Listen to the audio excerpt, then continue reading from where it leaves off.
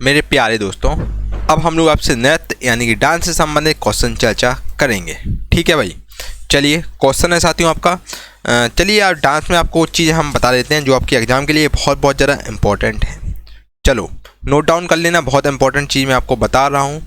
ठीक है, और जो आपके एग्ज़ाम के लिए बहुत इंपॉर्टेंट है, जो आपके प्रमुख शास्त्रीय नृत्य हैं वो हम आपको सब बताएंगे। ठीक है, बाकी दोस्तों फोल्क डांस भी होते हैं, वो आपको ज़्यादा जानने की ज़रूरत नहीं है। चलिए दोस्तों देखिए, अगर हम डांस में संबंधित आपको चीज़ें बताएं तो सुनना बात को। एक सेकंड, अब सुनिए भाई बात को। दोस्तों देखिए, जो डांस होती है यानी कि डांस को हम हिंदी में क्या बोलते हैं, नृत्य बोलते हैं। ठीक है, डांस को हम हिंदी में बोलते हैं नृत्य। ठीक है, नोट डाउन इसको कर लेना अगर आपको करना हो तो। और इसके अलावा साथियों जो डांस होते हैं, डांस आपके दो भागों में बांटे होते हैं। एक आपका साथी होता है क्लासिकल डांस यानी कि शास्त्रीय नृत्य। क्लासिकल डांस होता है जिसको हम लोग क्या बोलते हैं, शास्त्रीय नृत्य बोलते हैं।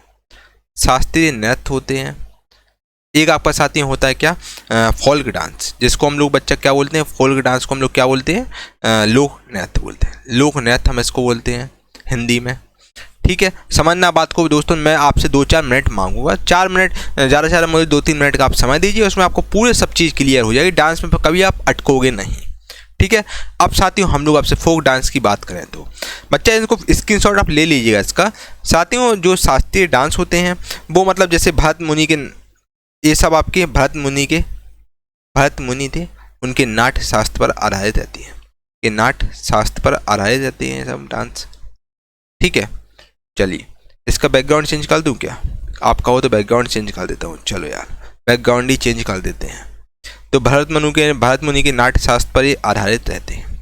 ठीक है, और रिलेटेड किस पर रहते हैं, आपके रिलेटेड रहते हैं, धार्मिक आस्था से संबंधित रहते हैं। धार्मिक आस्था से संबंधित रहते हैं। धार्मिक आस्था से संबंधित रहते हैं। धार्मिक आस्था से संबंधित रहते हैं। ठीक है, अब इस नृत्य में दोस्तों क्या होता है, अदाकारी डांस स्टेप पर ध्यान दिया जाता है। इस नृत्य में क्या होता है, अदाकारी यानी डांस स्टेप पर ध्यान दिया जाता है। डांस स्टेप पर ध्यान देते हैं, यहाँ पर स्टेप पर ध्यान दिया जाता है। ठीक है, अब इसमें क्या होता है साथियों, जो नृत्य करता है वो प्रशिक्षित व्यक्ति करता है, जो मतलब एक्सपर्ट होता है वही नृत्य करता है। ठीक है, अब ये साथियों जो नृत्य होता है वो नेशनल लेवल पर होता है भाई साहब, इंडियन लेवल पर, नेशनल लेवल पर ये नृत्य होता है, नेशनल लेवल पर होता है। ठीक है, और इसमें टोटल डांस दोस्तों जो शास्त्रीय नृत्य होते हैं उसमें टोटल डांस कितने होते हैं भाई, तो इसमें टोटल डांस साथियों आपके होते हैं 8। अब साथियों हम लोग फोक डांस की आपको बताएंगे। तो साथियों जो आपके फोक डांस यानी कि लोक नृत्य की हम बात करते हैं आपसे। लोक नृत्य की अगर हम बात करें तो लोक नृत्य ये आपके ये जो लोक नृत्य होते हैं साथियों, जो स्थानीय लोग होते हैं वहाँ के, स्थानीय क्षेत्र के रहन सहन के को प्रदर्शित करते हैं। स्थानीय लोगों के रहन सहन को प्रदर्शित करते हैं लोक नृत्य। ठीक है, और ये आपके बेसिकली रिलेटेड कैसे होते हैं, ये साथियों जो होते हैं ये आपका धार्मिक आस्था से संबंधित होते हैं। ये आपके साथियों जो शादी ब्याह में लोग डांस करते हैं। फसल जब कटती है तब डांस होता है, जब फसल की बुवाई होती है तब ये डांस होता है। ठीक है, तो ये सब समारोह में डांस होते हैं भाई, जब कुछ टाइम पास नहीं होता लोगों का। बहुत से भाई जब फोक डांस लोक नृत्य ऐसे निकले हैं, लोगों का टाइम पास नहीं होता, चलो भाई क्या करें, तो लोक नृत्य निकल गया भाई, डांस करने लगे, वो लोक नृत्य बन गया। ऐसे दोस्तों बहुत सारे लोक नृत्य आपके निकल कर आए हैं। इनमें दोस्तों बेसिकली इनमें कोई स्टेप ना होता है, एनर्जेटिक डांस होता है भाई साहब, एनर्जेटिक डांस होता है, जितना डांस करना उतना नचो, है ना, एनर्जेटिक डांस होता है।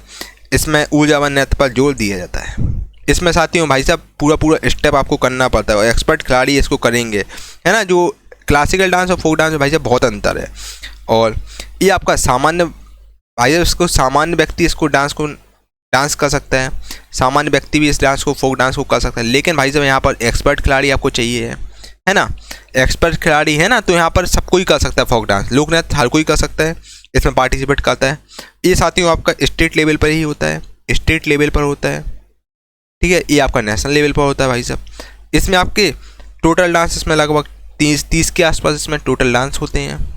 ठीक है, और बाकी तो यार इतने डांस है कुछ पूछो मत, जो 30 हैं जो आपके गिने जाते हैं। बाकी तो कुछ जगहों के ऐसे डांस है भाई, गाँव में लोगों को टाइम पास नहीं होता ना, डांस लगा देते हैं भाई। बहुत से ऐसे लोक नृत्य आपके निकल कर आए हैं।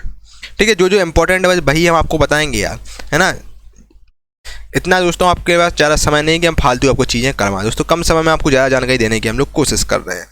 अब आपको दोस्तों सबसे ज़्यादा पढ़ना है कहाँ पर, लोक नृत्य की। बच्चा आपको सबसे ज़्यादा शास्त्रीय नृत्य में पढ़ना है। 8 शास्त्रीय नृत्य होते हैं, 8 शास्त्रीय नृत्य होते हैं। वो कौन कौन से होते हैं, सुनना बात को। एक आपका होता है भरतनाट्यम। साथियों मैं एक चीज़ बता रहा हूँ, मैं एक बार आपको बता दूंगा 8 नृत्य, फिर उसके बाद मैं बिल्कुल बार बार आपको नहीं बताऊंगा। एक बार में आप लोग सुन लीजिए भाई बात को। भरतनाट्यम एक आपका साथियों होता है, कथक एक आपका साथियों होता है इसमें, कथकली जो 8 होते हैं इसमें शास्त्रीय नृत्य में, कथकली होता है।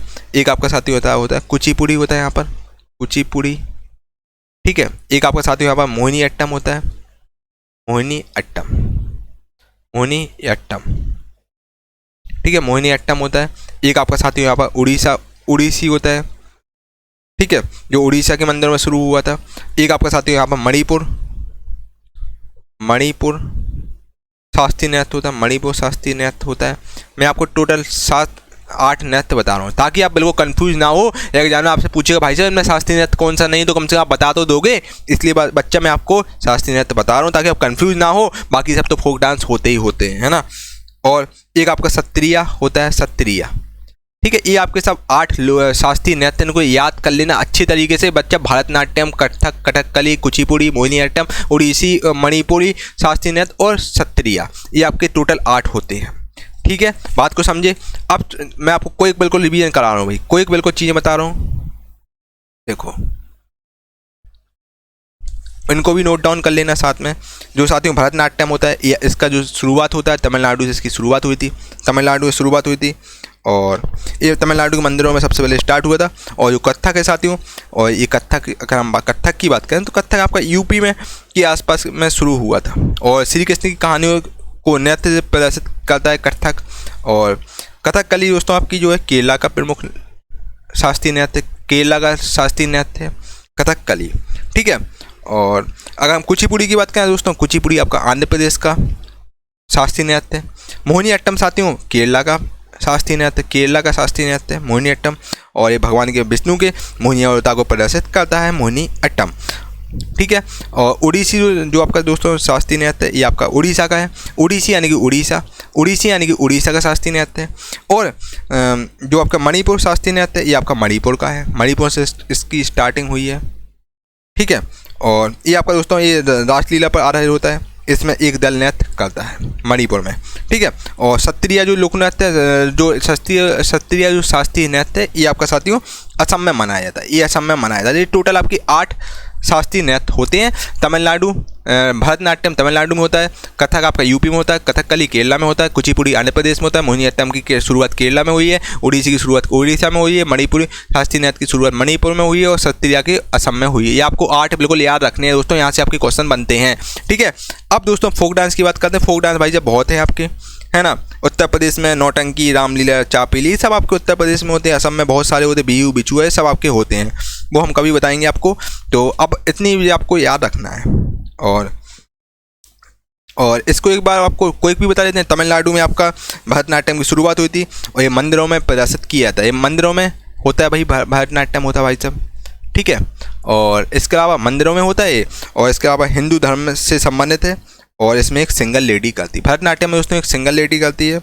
और ठीक है, आप कथक की बात करते हैं। कथक आपका यूपी में होता है और कथक का मतलब होता है दोस्तों कथावाचक। कथक का मतलब होता है कथावाचक और इसकी शुरुआत यूपी से होती है और ये मंदिरों में होता है और ये श्री कृष्ण की कहानियों पर आधारित होता है, ठीक है। इसमें श्री कृष्ण भगवान की कहानियों को प्रदर्शित किया जाता है। और कथकली दोस्तों केरला का बहुत ही फेमस शास्त्रीय नृत्य है और ये रामायण और महाभारत की कहानियों पर आधारित रहता है, ठीक है। और जो कुचिपुड़ी ये आपका आंध्र प्रदेश का है, आंध्र प्रदेश का गांव है कुचिपुड़ी, वहाँ से स्टार्ट हुआ है कुचिपुड़ी और ये आपका भगवान विष्णु और श्री कृष्ण की कहानी पर आधारित होता है। और मोहिनीअट्टम जो कि केरला का शास्त्रीय नृत्य है और मोहिनीअट्टम दोस्तों भगवान विष्णु और मोहिनी अवतार को प्रदर्शित करता है। उड़ीसी दोस्तों आपका उड़ीसा के मंदिरों से शुरू हुआ है, ये आपका राधा और कृष्ण की कहानियों पर आधारित है, ठीक है। और मणिपुर की अगर बात करें तो मणिपुर से स्टार्ट हुआ है, ये मणिपुर से शुरू हुआ और ये रासलीला पर आधारित है। और सत्रिय असम का है तो ये भगवान राम की कहानी पर आधारित है सत्रिय। बाकी उत्तर पूर्व में नॉर्थ ईस्ट में बहुत सारे होते हैं, असम में बिहू बिछुए सब आपके होते हैं, वो हम सब आपको क्वेश्चन में बताएंगे। चलिए अब क्वेश्चन क्यों चलते हैं। क्वेश्चन क्या था, निम्नलिखित में से आपका। अब दोस्तों आपको बढ़िया चीज़ें समझ में आ रही होंगी, आई होप, आशा करता हूँ। आपको मैंने 4-5 आपका मिनट जरूर लिया है, लेकिन बच्चा आपको मैंने इतनी सारी चीज़ें दे दी हैं भाई साहब, पूरा आपका यहाँ से पूरा डांस आधा 70% डांस आपका निपट चुका है ना। अब बस आपका थोड़ा सा लोक नृत्य वाली चीज़ें ना, कि बाकी मैंने सब चीज़ें आपको बढ़िया तरीके से समझा दी हैं। चलिए अब सुनना बात को आप अच्छे से। देखो, निम्नलिखित में से कौन सा नृत्य यूनेस्को की अमूर्त विरासत सूची में शामिल है। आके बताइए इनमें से कौन सा नृत्य जो कि यूनेस्को की अमूर्त विरासत सूची में शामिल है। ठीक है, बताइए फटाफट से यार,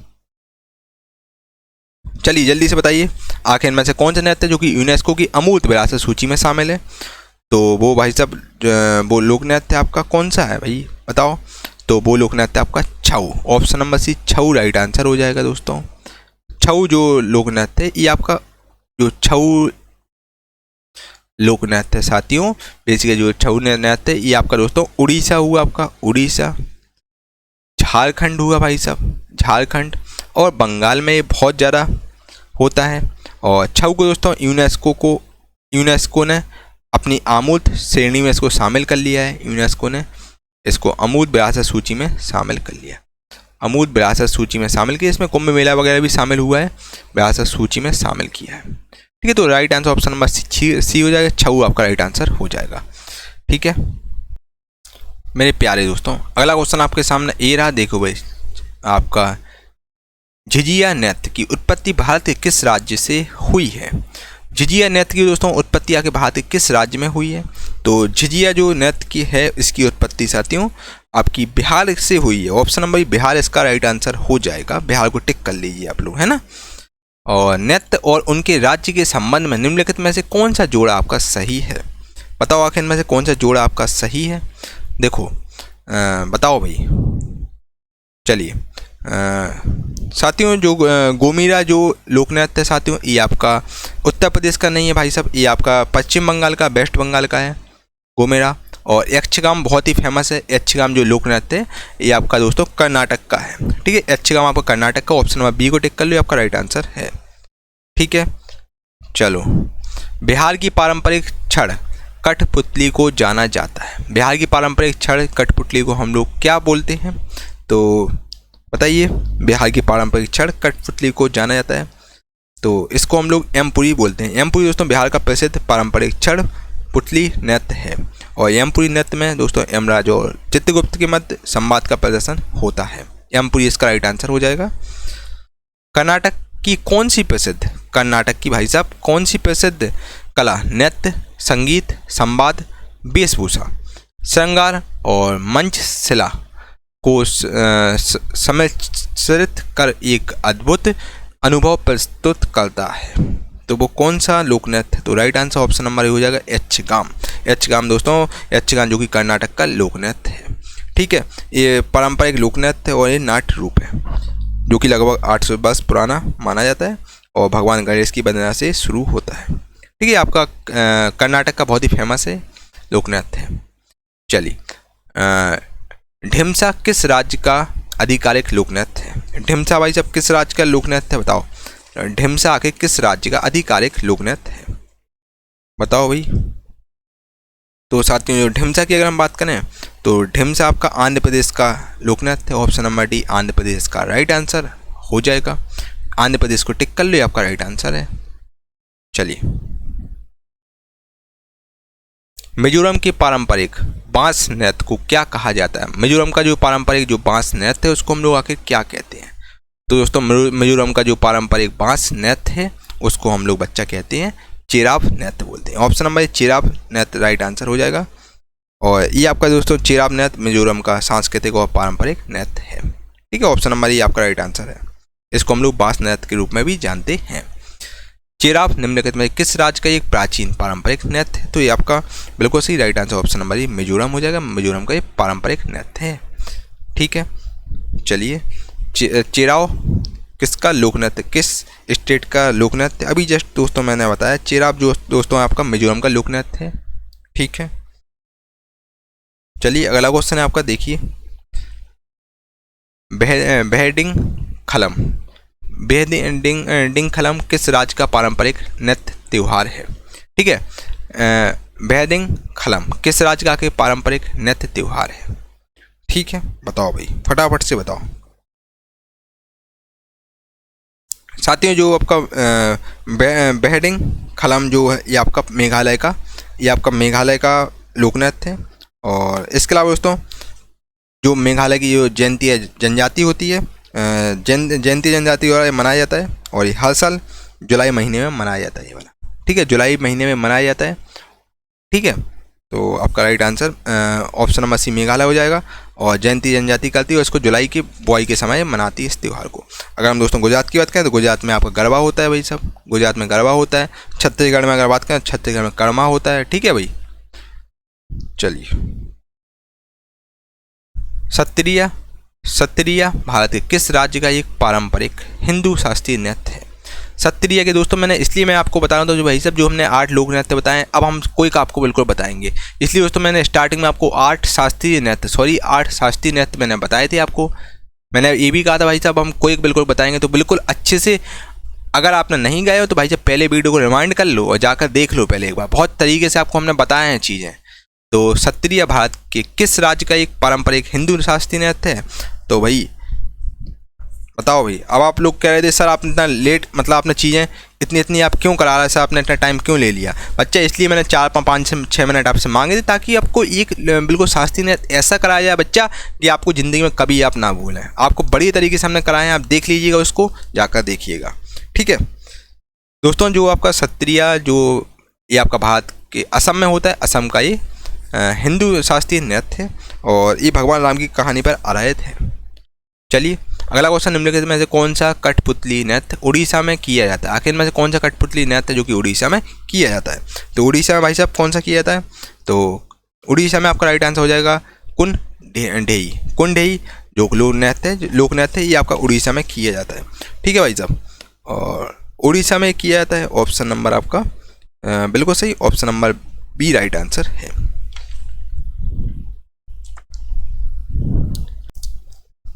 अगला क्वेश्चन, निम्नलिखित में से किस भारतीय शास्त्रीय नर्तकी का उसकी नृत्य शैली के साथ सटीक रूप से मिलान नहीं किया गया है? ठीक है, बताइए भाई साहब। चलिए अच्छा बताइए, इनमें से कौन सी भारतीय शास्त्रीय नर्तकी है, मतलब यानी कि लेडीज है का उसकी नृत्य शैली के साथ सटीक रूप से मिलान नहीं किया गया है? तो मेरे प्यारे दोस्तों बताइए, चलिए बताइए भाई, चलिए जल्दी से बताइए अपना उत्तर। कमेंट बॉक्स में आपके कमेंट देख रहा हूँ।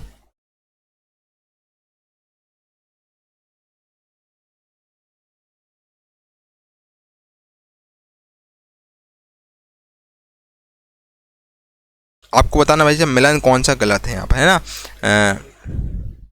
तो साथियों बिल्कुल सही है, आपका राइट आंसर हो जाएगा ऑप्शन नंबर ए, सरस्वती सेन का संबंध भरतनाट्यम से वाला आपका मिलान गलत है। ठीक है, तो ऑप्शन नंबर ए आपका राइट आंसर हो जाएगा। और ठीक है, ऑप्शन नंबर ए को टिक कर लो, आपका रॉन्ग आंसर है। ठीक है भाई, चलिए ये आपकी कथक की नृत्यांगना है सरस्वती सेन। और पासी कोंग की किस राज्य का लोक नृत्य है? पासी कोंग की ये आपका कौन से राज्य का लोक नृत्य है? तो पासी कोंग की साथियों ये आपका पासी कोंग की जो अरुणाचल प्रदेश का लोक नृत्य है। ऑप्शन नंबर सी अरुणाचल प्रदेश को टिक कर लो, आपका राइट आंसर है। चलिए अगला क्वेश्चन है साथियों आपका, निम्नलिखित में किस नृत्य शैली को लद्दाख के शाही नृत्य के रूप में भी जाना जाता है? आखिर वो कौन निम्नलिखित में किस नृत्य शैली को हम लोग लद्दाख के शाही नृत्य के रूप में भी जानते हैं? तो लद्दाख के शाही नृत्य के रूप में हम लोग दोस्तों सोंडुल नृत्य को जानते हैं। तो ऑप्शन नंबर सी सोंडुल नृत्य आपका राइट आंसर हो जाएगा। लूर नृत्य एक पारंपरिक लोक नृत्य जिसे बेसिकली जो एक लूर नृत्य है एक पारंपरिक लोक नृत्य जिसे हरियाणा राज्य में केवल महिलाओं द्वारा किया जाता है। ऑप्शन नंबर बी महिलाएं इसका राइट आंसर हो जाएगा, ये महिलाओं द्वारा प्रदर्शित किया जाता है। और कटसा झारखंड में महिलाओं द्वारा लेकर की जाने वाली एक नृत्य शैली है। साथियों कटसा जो कि झारखंड का एक बहुत ही प्रसिद्ध लोक नृत्य है और इस नृत्य को करते समय महिलाएं अपने कंधे या सिर पर कलश या मिट्टी का बर्तन लिए रहती हैं और डांस करती हैं। और ये आपका right answer option number D हो जाएगा, कलश। ठीक है, और कटसा झारखंड का एक प्रसिद्ध लोक नृत्य है। ठीक है, चलिए जिसमें लेडीज कलश लेकर अपने कलश अपने सिर पर रखती हैं और फिर नृत्य करती हैं। ठीक है, बहुत ही फेमस नृत्य है। अगला क्वेश्चन, स्लैश एक नृत्य कला, एक रूप है जो हिंदू और मुस्लिम प्रतिभा के अद्वितीय मिलन का प्रतिनिधित्व करता है। तो भाई साहब वो कौन सा आपका शास्त्रीय नृत्य है जो कि एक नृत्य कला है, एक रूप में जो हिंदू और मुस्लिम प्रतिभा के अद्वितीय मिलन का प्रतिनिधित्व करता है। तो भाई साहब वो कौन सा नृत्य है? तो भाई साहब वो नृत्य आपका राइट आंसर हो जाएगा कथक।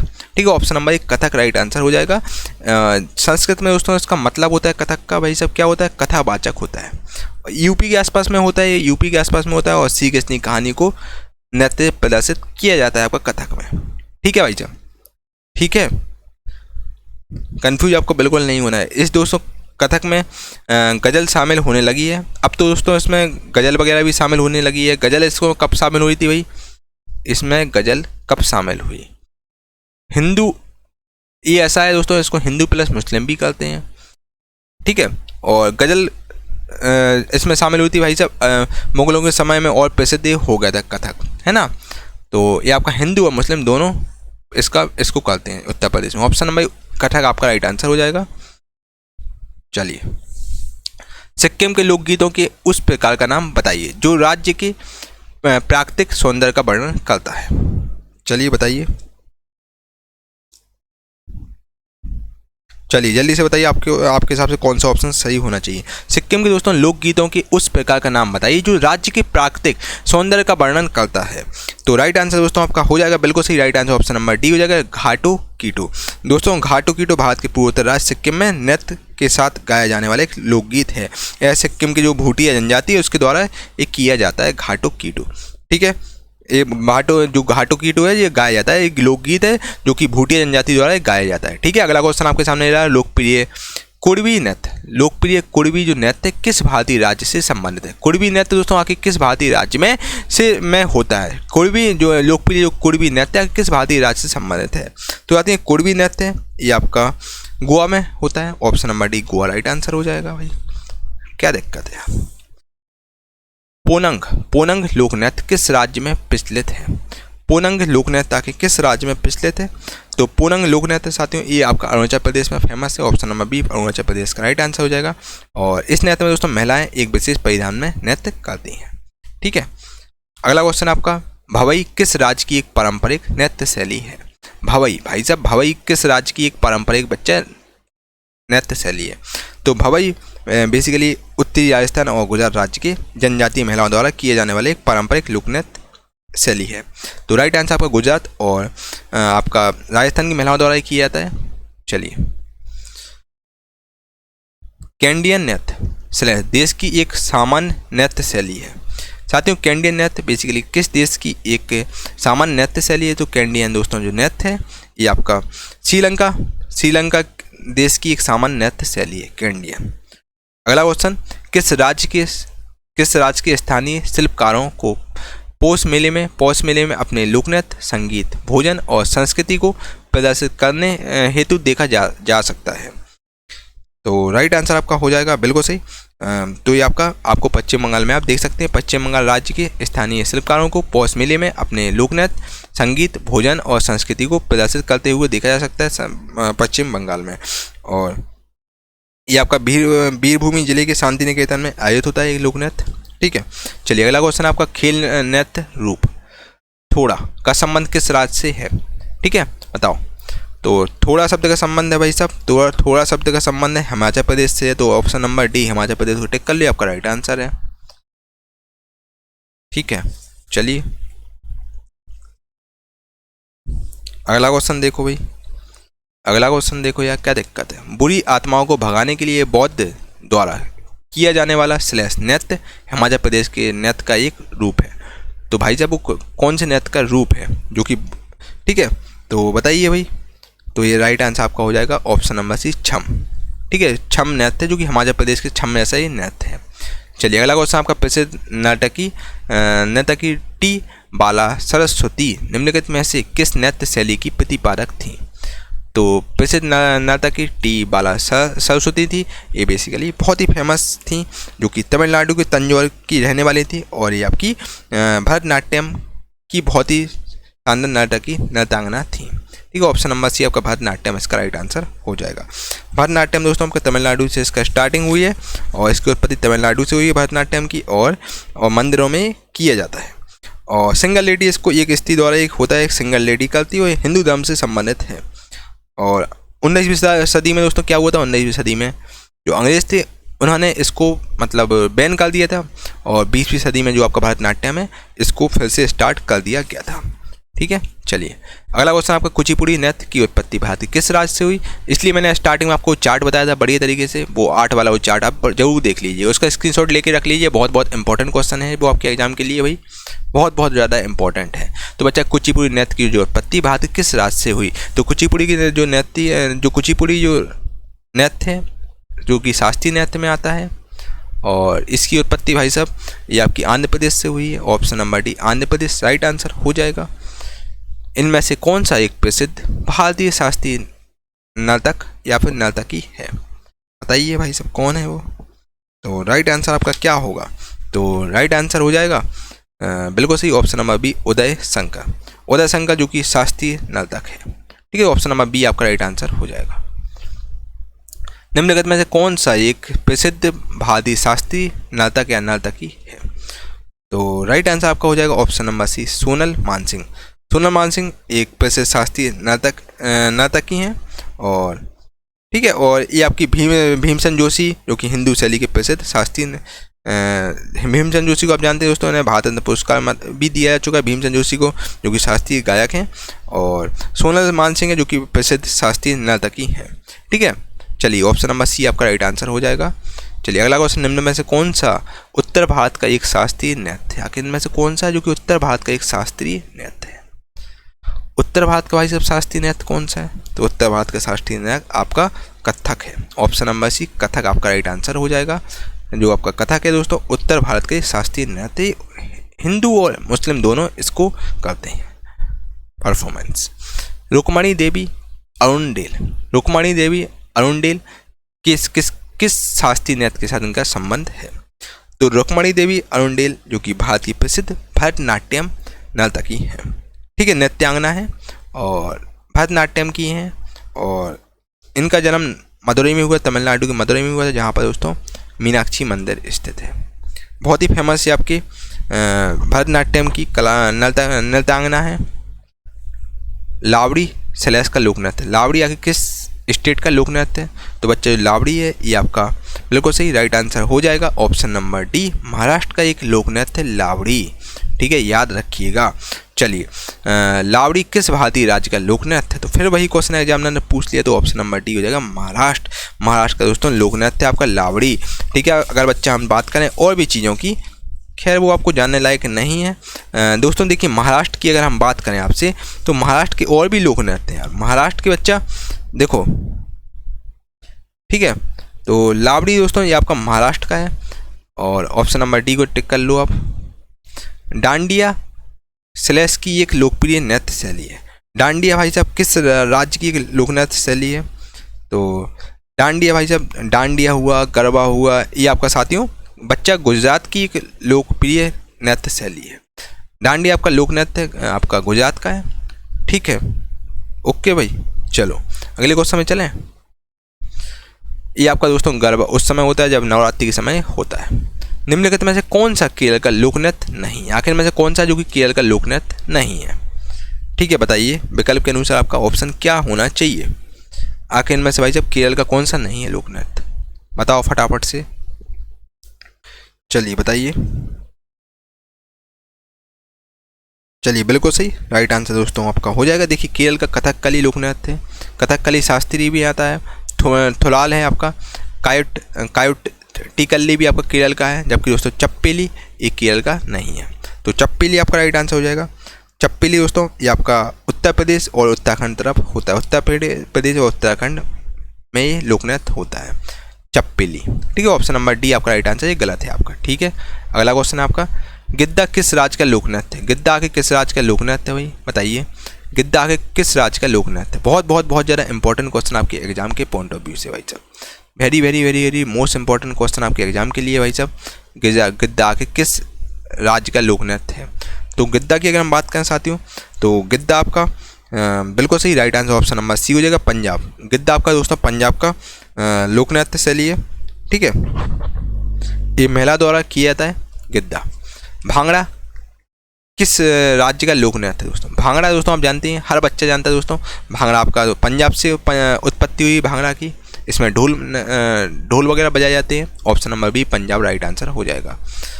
कूद स्लैश का लोक नृत्य है। कूद आखिर किस राज्य का लोक नृत्य है? तो दोस्तों अगर हम कूद की बात करें तो कूद आपका जम्मू कश्मीर का लोक नृत्य है कूद। ठीक है, जम्मू एंड कश्मीर का लोक नृत्य है कूद। ठीक है, और इसके अलावा साथियों, ठीक है, बिहू किस राज्य का लोक नृत्य? बिहू आके दोस्तों very very very very very most important question आपके एग्जाम के पॉइंट ऑफ व्यू से है, तो भाई याद कर लेना, very very most important question है। बिहू आके किस राज्य का लोक नृत्य है? तो भैया बिहू आपका असम का लोक नृत्य है। ऑप्शन नंबर ए असम को टिक कर लो, असम आपका राइट आंसर हो जाएगा। ठीक है, असम का दोस्तों बिहू है, याद रखिएगा। असम में दोस्तों आपके चार जो बहुत ज़्यादा इंपॉर्टेंट है, बिहू आपको याद करना है। असम का लोक नृत्य बिहू है, बिछुआ है, बिछुआ। ठीक है, तीसरा आपका एक झुमुआ है, झुमुआ है, झुमुरा है। एक आपका साथियों यहाँ का काली गोपाल है, काली गोपाल है। यहाँ के चार जो इंपॉर्टेंट है वो मैंने आपको बता दी है। बिहू असम का लोक नृत्य है। चलिए, टेर टाली कहाँ का लोक नृत्य है? बताओ भाई, बताओ जल्दी से। ठीक है, जल्दी से बताओ, बताइए भाई जल्दी से, फटाफट से बताइए। तो साथियों टेर टाली ये आपका मध्य प्रदेश का लोक नृत्य है, ऐसा एमपी का लोक नृत्य है आपका टेर टाली, है ना। एमपी टिक कर लो, आपका राइट आंसर है। और ये आदिवासी द्वारा किया जाता है मध्य प्रदेश में। लोक नृत्य आदिवासी करते हैं, और आदिवासी में जो महिलाएं होती हैं वो करती हैं। और भरतनाट्यम किस राज्य का लोक नृत्य? इसका आंसर मैं लगभग आपको बड़ी तरीके से 4-5 बार बता चुका होगा, और ग्राफ भी मैंने बड़ी तरीके से आपको समझाया था जब मैंने स्टार्टिंग में 5 से 6 मिनट का आपको समझाया था पूरा। तो साथियों भरतनाट्यम मैंने सबसे पहले समझाया था। भरतनाट्यम साथियों एक स्त्री केवल इसको करती है, और ये भरतनाट्यम साथियों ये आपको तमिलनाडु से इसकी उत्पत्ति हुई है। ऑप्शन नंबर भी तमिलनाडु इसका राइट आंसर हो जाएगा। ठीक है, चलिए तमिलनाडु टिक कर लीजिए, आपका राइट आंसर है। भाई साहब केरला में उत्पत्ति किस केरला में आपका क्या होता है? कथकली होता है केरला में। ये शास्त्रीय नृत्य में आते हैं भाई साहब, ये आपका लोक नृत्य नहीं है, एक शास्त्रीय नृत्य है यार, शास्त्रीय नृत्य में आता है आपका। ठीक है, भरतनाट्यम। ठीक है, फोक डांस, क्लासिकल डांस, ठीक है, इसमें लिख दिया एग्जाम। ठीक है, और फोक डांस भी आप कर सकते हैं, खैर शास्त्रीय नृत्य में वैसे आता है आपका। और आंध्र प्रदेश की अगर हम बात करें भाई साहब, आंध्र प्रदेश में कुचिपुड़ी होता है फेमस। आंध्र प्रदेश में कुचिपुड़ी गाँव से निकला है कुचिपुड़ी। उत्तराखंड में भाई साहब, ठीक है, तो ये सब आपके होते हैं शास्त्रीय नृत्य जो कि मैंने आपको बता दिए हैं। ठीक है, ओके। चलो, उत्तराखंड में आपका एक भोटिया जनजाति द्वारा भी होता है। भोटिया एक लोक नृत्य, भोटिया होता है उत्तराखंड में आपका एक। घोलिया भी होता है। ठीक है, ये सब आपके उत्तराखंड में होते हैं, क्या एग्जामिनर नहीं पूछता है। मोहिनीअट्टम किस राज्य की एक नृत्य शैली है? भाई साहब मोहिनीअट्टम ये मैंने बताया था मोहिनी अवतार, विष्णु भगवान ने मोहिनी अवतार रखा था। तो मोहिनीअट्टम भाई साहब कहाँ होता है? बच्चा बताओ, मोहिनीअट्टम आखिर मोहिनीअट्टम किस राज्य की एक नृत्य शैली है? तो मोहिनीअट्टम आपका केरला राज्य की नृत्य शैली। ऑप्शन नंबर सी केरला इसका राइट आंसर हो जाएगा। ठीक है, चलिए गराड़ी कहाँ का लोक नृत्य है? तो गराड़ी साथियों जो लोक नृत्य है ये आपका है, बिल्कुल सही राइट आंसर हो जाएगा। ऑप्शन नंबर बी पुडुचेरी के लोक नृत्य है आपका गराड़ी। और मुंडा कहाँ का लोक नृत्य? साथियों मुंडा की अगर हम बात करें तो मुंडा आपका झारखंड का लोक नृत्य है। ये झारखंड का लोक नृत्य है मुंडा। ठीक है, झारखंड में आपके छऊ, कर्मा, खेमटा ये सब आपके झारखंड में ही होते हैं। मुंडा समाज द्वारा किए जाते हैं मुंडा लोक नृत्य। गौर नृत्य सेलेस का एक प्रसिद्ध लोक नृत्य। जो गौर नृत्य आके कहाँ का एक प्रसिद्ध लोक नृत्य भाई साहब? तो जो गौर नृत्य है भाई साहब तो ये आपका छत्तीसगढ़ राज्य का बस्तर का बहुत ही फेमस लोक नृत्य है। छत्तीसगढ़ के बस्तर में सबसे ज़्यादा होता है। और ये बस्तर में एक रहती है जनजाति, बस्तर में गौर माड़ी एक आदिवासी जनजाति बस्तर में रहती है, वो करती है ये नृत्य। ठीक है, और विवाह के अवसर, शादी विवाह के अवसर पर ये छत्तीसगढ़ में होता है। अगला क्वेश्चन है कर्मा नृत्य किस राज्य से संबंधित है? कर्मा साथियों ये आपका नृत्य मध्य प्रदेश में होता है। ऑप्शन नंबर सी मध्य प्रदेश राइट आंसर हो जाएगा। और ठीक है, ऑप्शन नंबर सी मध्य प्रदेश राइट आंसर हो जाएगा। बेसिकली जो आपका जो कर्मा नृत्य है आपका छत्तीसगढ़ में सबसे ज़्यादा होता है, और छत्तीसगढ़ चूँकि अब पहले मध्य प्रदेश और छत्तीसगढ़ एक ही थे, फिर अलग अलग हो गए, तो मध्य प्रदेश को भी टिक कर सकते हैं, मध्य प्रदेश भी आपका राइट आंसर हो जाएगा। ठीक है, छत्तीसगढ़ से मेन इसकी उत्पत्ति हुई थी। आदिवासी समाज इसको करते थे।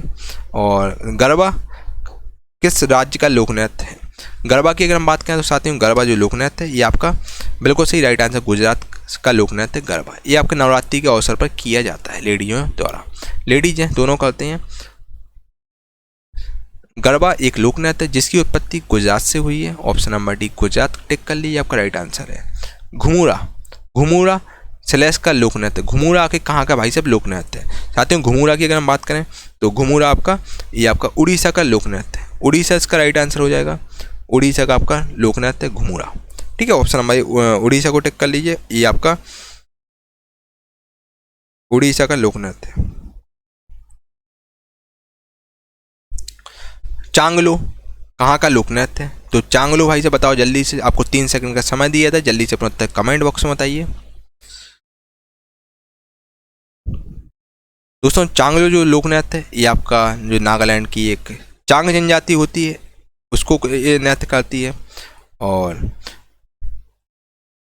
ठीक है, तो ऑप्शन नंबर डी नागालैंड इसका राइट आंसर होगा। नागालैंड की जो चांग जाति है जनजाति है वो इसको करती है। घूमर, घूमर, घूमर वाला दोस्तों ये आपने गाना सुना होगा, घूमर रे वाला गाना सुना होगा। तो घूमर भाई साहब किस राज्य का लोक नृत्य है? तो घूमर वाला भाई साहब जो घूमर है ना, घूमर ये आपका लोक नृत्य बहुत ही फेमस लोक नृत्य जो कि लेडीज़ करती हैं, इसको लेडीज़ करती हैं राजस्थान की। तो ऑप्शन नंबर डी राजस्थान इसका राइट आंसर हो जाएगा। ठीक है, और ये भील जनजाति द्वारा किया जाता है लोक नृत्य, और लेडीज घूंघट डाल के करती हैं इसको। निम्नलिखित में से क्या गुजरात के लोकनाट्य मंच का रूप है? तो आपका वो है Bhavai. Option number D Bhavai Gujarat का एक विशिष्ट लोक नाटक है। नाट्य निरंतर पूरी रात चलता रहता है। ठीक है, तो ऑप्शन नंबर आपका डी राइट आंसर हो जाएगा। भवई जनजाति के लोग इस नाट्य को प्रस्तुत करते हैं, भवई जनजाति के लोग। Option number D right answer है। कुचिपुड़ी सेलेस का एक लोक नृत्य। कुचिपुड़ी आखिर किस राज्य का एक लोक नृत्य? बेसिकली शास्त्रीय नृत्य भाई, जब कुचिपुड़ी है ना लोक नृत्य में भी चलिए आप डाल दो, कोई दिक्कत नहीं है ना। चलिए कुचिपुड़ी आपका, कुचिपुड़ी आके कहाँ का लोक नृत्य है? तो कुचिपुड़ी की अगर हम बात करें साथियों तो कुचिपुड़ी बच्चा आपका आंध्र प्रदेश का लोक नृत्य। ऑप्शन नंबर भी आंध्र प्रदेश राइट आंसर हो जाएगा आपका। ठीक है, चलिए सत्रिय किस राज्य का शास्त्रीय नृत्य? सत्रिय जो कि मैंने आपको 8वें नंबर पर बताया था भाई साहब। सत्रिय जो कि साथियों ये आपका जो शास्त्रीय नृत्य ये आपका कहाँ का? असम का शास्त्रीय नृत्य है आपका Sattriya. Option number C Assam right answer हो जाएगा। ठीक है, चलिए सामूहिक लोक नृत्य जो सिक्किम के लोगों के संरक्षक देवता कंचनजंगा के सम्मान में किया जाता है। दोस्तों भारत में सबसे ऊंची जो चोटी है वो कंचनजंगा है भारत में। ठीक है, और भारत में का सबसे ऊंची चोटी कंचनजंगा है जो कि सिक्किम में है, और जो कि उनके सामूहिक लोक नृत्य है। आखिर कहाँ का कौन सा सामूहिक लोक नृत्य जो सिक्किम के लोगों के संरक्षक देवता जो कि कंचनजंगा के सम्मान में किया जाता है, वो लोक नृत्य कौन सा है? तो वो लोक नृत्य का नाम है भाई साहब चूफाट। ऑप्शन नंबर सी चूफाट राइट आंसर हो जाएगा, जो कि सिक्किम का एक लोक नृत्य है और सिक्किम के लोगों के द्वारा उनके संरक्षक देवता जो कंचनजंगा है उनके सम्मान में किया जाता है। ठीक है, अगला क्वेश्चन देखो। पाकिस्तान की कौन सी जनजाति बजीरी नृत्य नामक पारंपरिक नृत्य करती है? तो पाकिस्तान की वो जाति है आपकी जो पश्तून जनजाति है जो कि बजीरी नृत्य करती है। चलिए अगला क्वेश्चन है सेलेस भारतीय राज्य में विवाह के दौरान लोकप्रिय लोक नृत्य बियाहुला गिद्दा किया जाता है। तो जो गिद्दा है ये आपका पंजाब में होता है भाई साहब। ऑप्शन वाई पंजाब इसका राइट आंसर हो जाएगा। और ब्याहुला गिद्दा ये पंजाब का ही है, गिद्दा भी दोस्तों पंजाबी का है, और ब्याहुला गिद्दा ये आपका महिलाओं द्वारा किया जाता है और ये तीज के अवसर पर पंजाब में होता है। ठीक है, अगला क्वेश्चन निम्न में से कौन सा नृत्य मध्य प्रदेश की एक नृत्य शैली है? मध्य प्रदेश की नृत्य शैली आखिर में से कौन सी है? तो वो आपकी है राइट आंसर ऑप्शन नंबर हो जाएगा माचा। माचा दोस्तों मध्य प्रदेश राज्य की एक शास्त्रीय लोक नृत्य शैली है। ठीक है,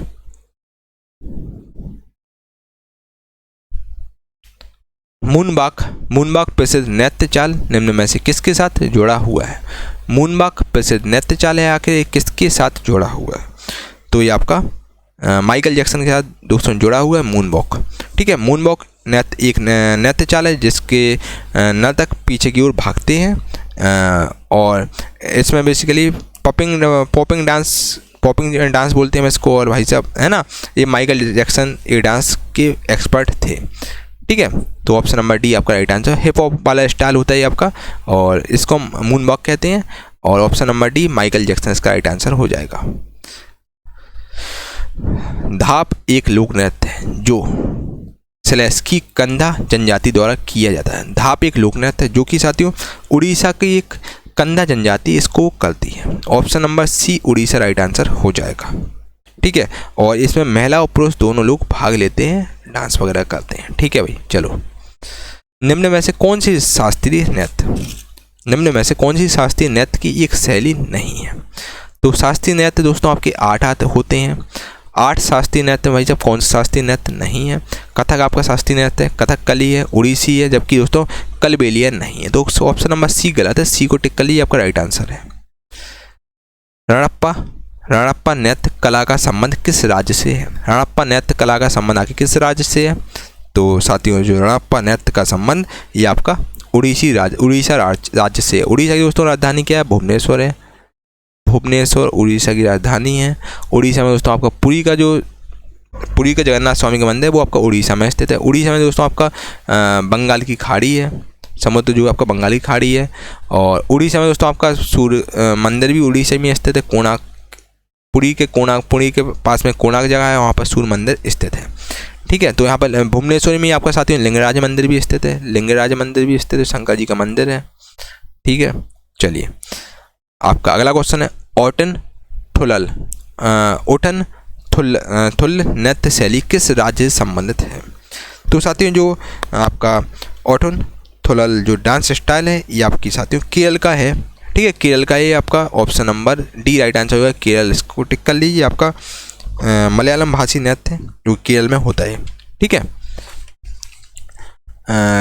डोमहाल किस राज्य की नृत्य शैली है? डोमहाल की अगर हम साथियों बात करें तो डोमहाल आपका जम्मू कश्मीर की नृत्य शैली है डोमहाल। ऑप्शन नंबर जम्मू कश्मीर इसका राइट आंसर हो जाएगा। ठीक है, और इसको जो जनजाति जो करती है, जो आपकी रऊफ जनजाति है वो आपका करती है। ठीक है, इस लोक नृत्य को ये आपका जम्मू कश्मीर में किया जाता है, और इसको कौन करते हैं भाई? पुरुष द्वारा ही किया जाता है। चलिए बिरहोर नृत्य स्लैश एक जनजातीय लोक नृत्य है। बिरहोर जो नृत्य साथियों ये आपका झारखंड राज्य का एक जनजातीय नृत्य है बिरहोर। ठीक है, ऑप्शन नंबर डी झारखंड इसका राइट आंसर हो जाएगा। झारखंड की बात करें, झारखंड की राजधानी रांची है। ठीक है, और बिरहोर दोस्तों भारत की एक प्रमुख जनजाति है जो कि झारखंड के कई जिले जैसे कि चतरा, झारखंड का एक जिला चतरा है, हजारीबाग यहाँ पर पाए जाते हैं। हजारीबाग में भाई साहब यहाँ पाए जाते हैं। ठीक है, तो ऑप्शन नंबर झारखंड आपका राइट आंसर हो जाएगा। अगला क्वेश्चन चलते हैं बिना देर किए हुए। हल्लीसक मूल रूप से स्लैश का समूह नृत्य है। तो जो हल्लीसक बेसिकली जो मूल रूप से ये आपका गुजरात का समूह नृत्य है। ठीक है, हल्लीसक एक गुजरात का आपका है, गुजरात का समूह नृत्य है, और ऑप्शन नंबर डी आपका राइट आंसर है। अगले क्वेश्चन में चलते हैं। निम्नलिखित में से कौन सा एक मेघालय का लोक नृत्य है? मेघालय का भाई साहब के में से कौन सा लोक नृत्य है? अगर मेघालय की बात करें तो मेघालय का लोक नृत्य आपका लाहो है। ऑप्शन नंबर लाहो इसका राइट आंसर हो जाएगा। भवई किस राज्य का लोक नृत्य है?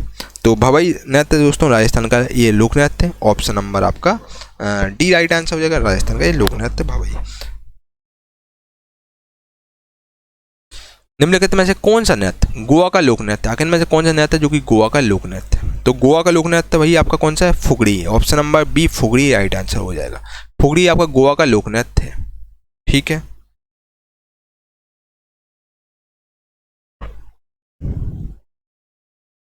अगला क्वेश्चन मशहूर नर्तक चेमनचेरी कुन्ही रामन नायर किस नृत्य शैली से संबंधित है? तो मशहूर नर्तक चेमनचेरी कुन्ही रामन नायर ये किस नृत्य शैली से संबंधित है? तो ये आपके जो फेमस चेमनचेरी कुनी रामन नायर हैं। ये केरल के चेमनचेरी के एक प्रसिद्ध कथकली कलाकार हैं और 2017 में इन्हें पद्मश्री अवार्ड से भी सम्मानित किया गया। कथकली के हैं, ठीक है। तो ऑप्शन नंबर आपका ये राइट आंसर होगा। कथकली के कलाकार हैं जो केरल में हैं, ठीक है। केरल का कथकली है। अगला क्वेश्चन, निम्नलिखित में से किस राज्य में हम्पी नृत्य उत्सव मनाया जाता है? साथियों, आपका कौन सा राज्य जहां पर हम्पी नृत्य उत्सव मनाया जाता है? तो बच्चा हम्पी स्तूप कहाँ पर स्थित है? हम्पी स्तूप कर्नाटक में स्थित है बच्चा, तो वहीं पर हम्पी नृत्य उत्सव मनाएंगे। तो option number B Karnataka right answer हो जाएगा। पारंपरिक नृत्य शैलियों भवई और कालबेलिया की उत्पत्ति किस भारतीय राज्य में हुई है थी? तो पारंपरिक नृत्य शैली जो भवई और कालबेलिया जो लोक नृत्य है, इनकी जो उत्पत्ति एक भारत के किस राज्य से हुई? तो भवई और कालबेलिया की उत्पत्ति दोस्तों भारत की राजस्थान से ही हुई है। ऑप्शन नंबर राजस्थान इसका राइट आंसर हो जाएगा। जवारा नृत्य जो धन का उत्सव मनाने की एक नृत्य शैली है, उसकी उत्पत्ति किस राज्य से हुई है? जवारा नृत्य जो कि धन का उत्सव मनाने की एक नृत्य शैली है, इसकी जो उत्पत्ति हुई है जवारा नृत्य की, तो वो आपकी हुई है बच्चा मध्य प्रदेश से हुई है। ऑप्शन नंबर मध्य प्रदेश का राइट आंसर हो जाएगा। बुंदेलखंड के मध्य प्रदेश और ये बुंदेलखंड के क्षेत्र में बहुत ज़्यादा नृत्य होता है, ठीक है। और किसान इसको कब करते हैं? जब फसल की बहुत अच्छी कटाई होती है, खेती बहुत अच्छी, तब ये किया जाता है, ठीक है। फसल की कटाई के बाद किया जाता है, ठीक है। अगला क्वेश्चन है, निम्नलिखित में से कौन सा केंद्र शासित प्रदेश जम्मू और कश्मीर का लोक नृत्य नहीं है? साथियों, मैं आपसे बार बार कह रहा हूँ, जो इम्पोर्टेंट लोक नृत्य बस वही आप कीजिएगा, है ना। जो बार बार एग्जाम में पूछेगा वो कीजिएगा। और शास्त्रीय नृत्य आप 8 जरूर करके जाइएगा, है ना। एग्जाम में पूछेगा तो मोस्टली 90% चांसेस है बच्चा एग्जाम में यहीं से पूछ लेगा। 80% मान लो 80% चांसेस यहीं से पूछेगा। 20% ही चांसेस दोस्तों लोक नृत्य पूछेगा। लोक नृत्य भी आपको वही करना है, बिहू असम का है, इस प्रकार से आपको लोक नृत्य करना है। जैसे तमाशा है, ठीक है, महाराष्ट्र का, इस प्रकार से आपको चीज़ें याद करना है। गरबा है आपका गुजरात का है, ठीक है। क्योंकि बच्चा जीके है, जीके में आप सब चीज़ें नहीं कर पाओगे बच्चा, इतने लोक नृत्य होते हैं, कहाँ कहाँ तक याद करोगे, है ना। आपको और भी चीज़ें पढ़नी है। तो निम्नलिखित में से बच्चा उतनी चीज़ें करो जो सिलेक्टेड है। अब यार ये इतने ज़्यादा इंपॉर्टेंट नहीं, इसलिए मैं आपको कोई एक बता रहा हूँ, काय के लिए आपका इसमें टाइम ज़्यादा वेस्ट करूँ। चूँकि प्रीवियस ईयर क्वेश्चन मैं करा रहा हूँ, तो मेरा दायित्व है कि मैं आपको सारे क्वेश्चन करवाऊँ, है ना। तो निम्नलिखित में से कौन सा केंद्र शासित प्रदेश जम्मू और कश्मीर का लोक नृत्य नहीं है? ठीक है, तो जम्मू कश्मीर का लोक नृत्य आखिर इनमें से कौन सा नहीं है, बताओ। चलिए बताइए, चलिए बताइए फटाफट से। तो right answer option number D हो जाएगा, डांगी। डांगी डांगी दोस्तों अथवा डेपक, जो कि हिमाचल प्रदेश का लोक नृत्य है। और यह दोस्तों जो लोक नृत्य ये आपका चंबा घाटी के इलाके में बहुत होता है। और डांगी नृत्य जो कि एक जनजाति है, गद्दी जनजाति की औरतें द्वारा किया जाता है। डांगी लोक नृत्य किया जाता है, औरतें इसको लोक नृत्य को। मेरे प्यारे दोस्तों लगातार बच्चे कमेंट बॉक्स में कमेंट कर रहे थे और व्हाट्सएप पर मैसेज कर रहे थे, सर आखिर आप कब बैच लॉन्च करना है एसएससी के लिए। दोस्तों वो दिन आ गया, मैंने आप लोगों के दोस्तों सफलता बैच लॉन्च, क्योंकि वन ऑफ द बेस्ट है ये आपका दोस्तों बैच, बाकी में आपको सफलता दिलाने का काम करेगा। साथियों, किरण की जो लेटेस्ट जीके की बुक आती है 14,000 प्लस वाली बुक आती है, उसका पूरा निचोड़ हम लोग लेकर आए हैं दोस्तों। इसमें आपके एसएससी की जितने भी एग्जाम होते हैं सब आपके कवर हो जाएंगे। JE, SSC, JUS, CGL, CPU, MTS, आपके सिलेक्शन फेज के जितने भी एग्जाम होते हैं सब आपके कवर हो जाएंगे, ठीक है। सारे के इंपॉर्टेंट प्रीवियस ईयर क्वेश्चन हम आपके लिए लेकर आए, जो बहुत ज्यादा इंपॉर्टेंट है। इस बुक के दोस्तों बेसिकली हमने क्या किया है, इसमें छटनी की है। कुछ क्वेश्चन 1994 में पूछेगा, फिर उसका रिपीट नहीं हुआ, इसमें रखे गए हैं, वो हमने हटा दिए हैं। इसमें दोस्तों आपको top 5000 super selected chapter wise PYQs मिलेंगे, सुपर सिलेक्टेड, जो आपके एग्जाम के लिए बहुत ज्यादा इंपॉर्टेंट है, ठीक है। 5000 से लगभग 6-7 हजार के आसपास आपको 6000 के आसपास क्वेश्चन मिलेंगे, जो आपके एग्जाम के लिए बहुत इंपॉर्टेंट सुपर सिलेक्टेड क्वेश्चन। कोई आपका 8 बार पूछा गया, कोई 10 बार पूछा गया, बस वही आपको मिलेंगे। और दोस्तों इसकी एक खासियत और है, आपका ये बैच है ना इंग्लिश हिंदी दोनों में रहेगा। जो इंग्लिश वाले बच्चे उनके लिए भी इंपॉर्टेंट है, हिंदी में भी रहेगा, इंग्लिश हिंदी बायलैंग्वेज आपको कंटेंट मिलेगा। और ये आपका दोस्तों batch one of the best आपके एग्जाम के लिए रहेगा। और इस बैच को दोस्तों आप ले सकते हो कि वन ऑफ द बेस्ट है, और आपकी यहाँ से बड़ी तरीके से प्रैक्टिस हो जाएगी। दोस्तों आप जान रहे हैं एग्जाम के लिए बहुत कम समय बचा है, और MTS का दोस्तों आपका 1 महीने में पेपर है, बच्चा बिल्कुल तैयार हो जाओ। और इसके अलावा दोस्तों आप जीके का, पहले क्या था अपन जीके स्किप भी करते थे तो काम बन जाता था, लेकिन दोस्तों अब जीके से ही आपकी मेरिट बनेगी यार। MTS में दोस्तों जीके के बिना कुछ हो नहीं पाएगा, जीके इंग्लिश के बिना,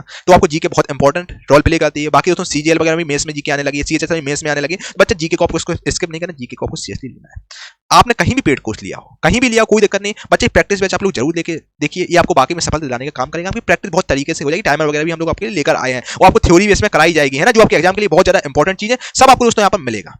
दोस्तों ये बैच आपके लिए one of the best batch होने वाला है। और इस कोर्स की प्राइस फी बेसिकली 1999 रुपए, जो कि आपको डिस्काउंट पीरियड में दोस्तों केवल और केवल 251 रुपए आपसे मात्र सहयोग राशि ली जा रही है, ताकि हम लोग ऐप का सर्वर चार्ज वगैरह निकाल सकें। साथ ही आपको इस कंप्लीट बैच मिलेगा, व्यू डेमो में जाकर आप देख सकते हैं। स्ट्रेटेजी का दोस्तों को 12-13 घंटे की स्ट्रेटेजी की भी क्लास मिलेगी, ठीक है। स्ट्रेटेजी की आपको कंप्लीट मिलेगा, बिल्कुल चैप्टर वाइज मिलेगा स्ट्रेटेजी, उसका पीडीएफ भी आपको बाकायदा मिलेगा। और कंप्लीट दोस्तों ये जो करंट पब्लिकेशन का निचोड़ हम लोग लेके आए हैं, इसका कंप्लीट आपको साथियों पीडीएफ वगैरह भी आपको मिल जाएगा। और जो कि दोस्तों केवल केवल आपको सुपर कॉम्बो डील चल रही है, जो कि 251 रुपए में आपको ये बैच दिया जा रहा है। इसको आप ले सकते हैं, जो कि ऑफर कुछ ही समय के लिए वैलिड है।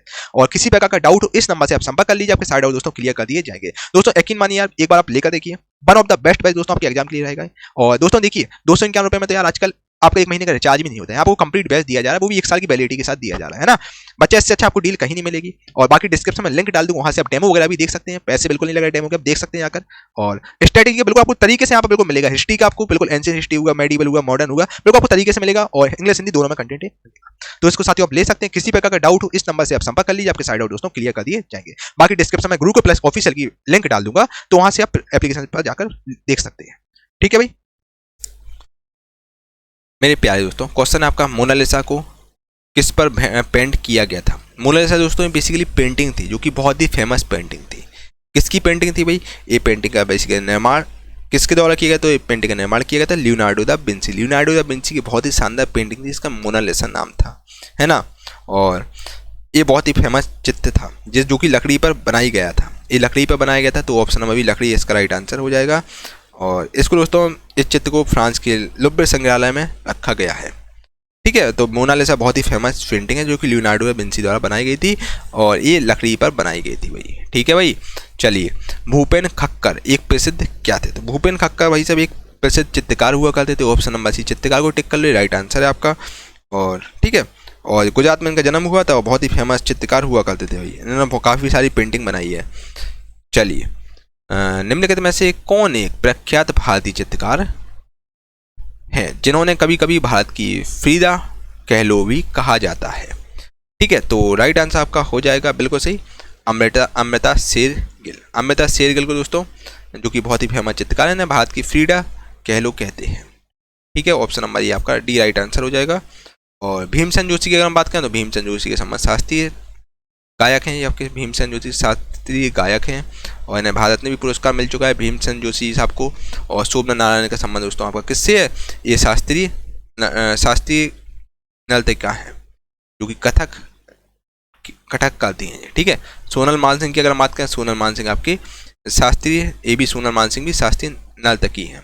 ठीक है, और जो कि दोस्तों ये उड़ीसी नृत्य करती हैं। ठीक है भाई, तो ऑप्शन नंबर डी आपका राइट आंसर होगा, अमृत शेरगिल राइट आंसर हो जाएगा। अगला क्वेश्चन, उस प्रसिद्ध भारतीय चित्रकार का नाम बताइए जिसे भारत के ब्रिटिश वायसराय लॉर्ड कर्जन द्वारा केसर-ए-हिंद स्वर्ण पदक से सम्मानित किया गया था। तो केसर-ए-हिंद स्वर्ण पदक से किसको सम्मानित किया गया था? दोस्तों राजा रवि वर्मा को केसर-ए-हिंद से सम्मानित किया गया था, जो स्वर्ण पदक दिया गया था, जो कि ब्रिटिश वायसराय लॉर्ड कर्जन ने दिया था ये अवार्ड। ठीक है, और ठीक है, इनका जन्म दोस्तों कहाँ पर हुआ था? इनका जन्म, जो राजा रवि वर्मा जी का जन्म, ये केरल के रहने वाले थे। केरल के इनका जन्म हुआ था, दक्षिण भारत में केरल में इनका जन्म हुआ। केरल भाई कहाँ पर था? ये आपका केरल है भाई, है ना। तो इनका केरल में जन्म हुआ था, केरल की आपकी किलीमन्नूर त्यामरकोर में इनका इस जगह पर इनका जन्म हुआ था। ठीक है, तो ऑप्शन नंबर डी आपका राजा रवि वर्मा इसका राइट आंसर हो जाएगा।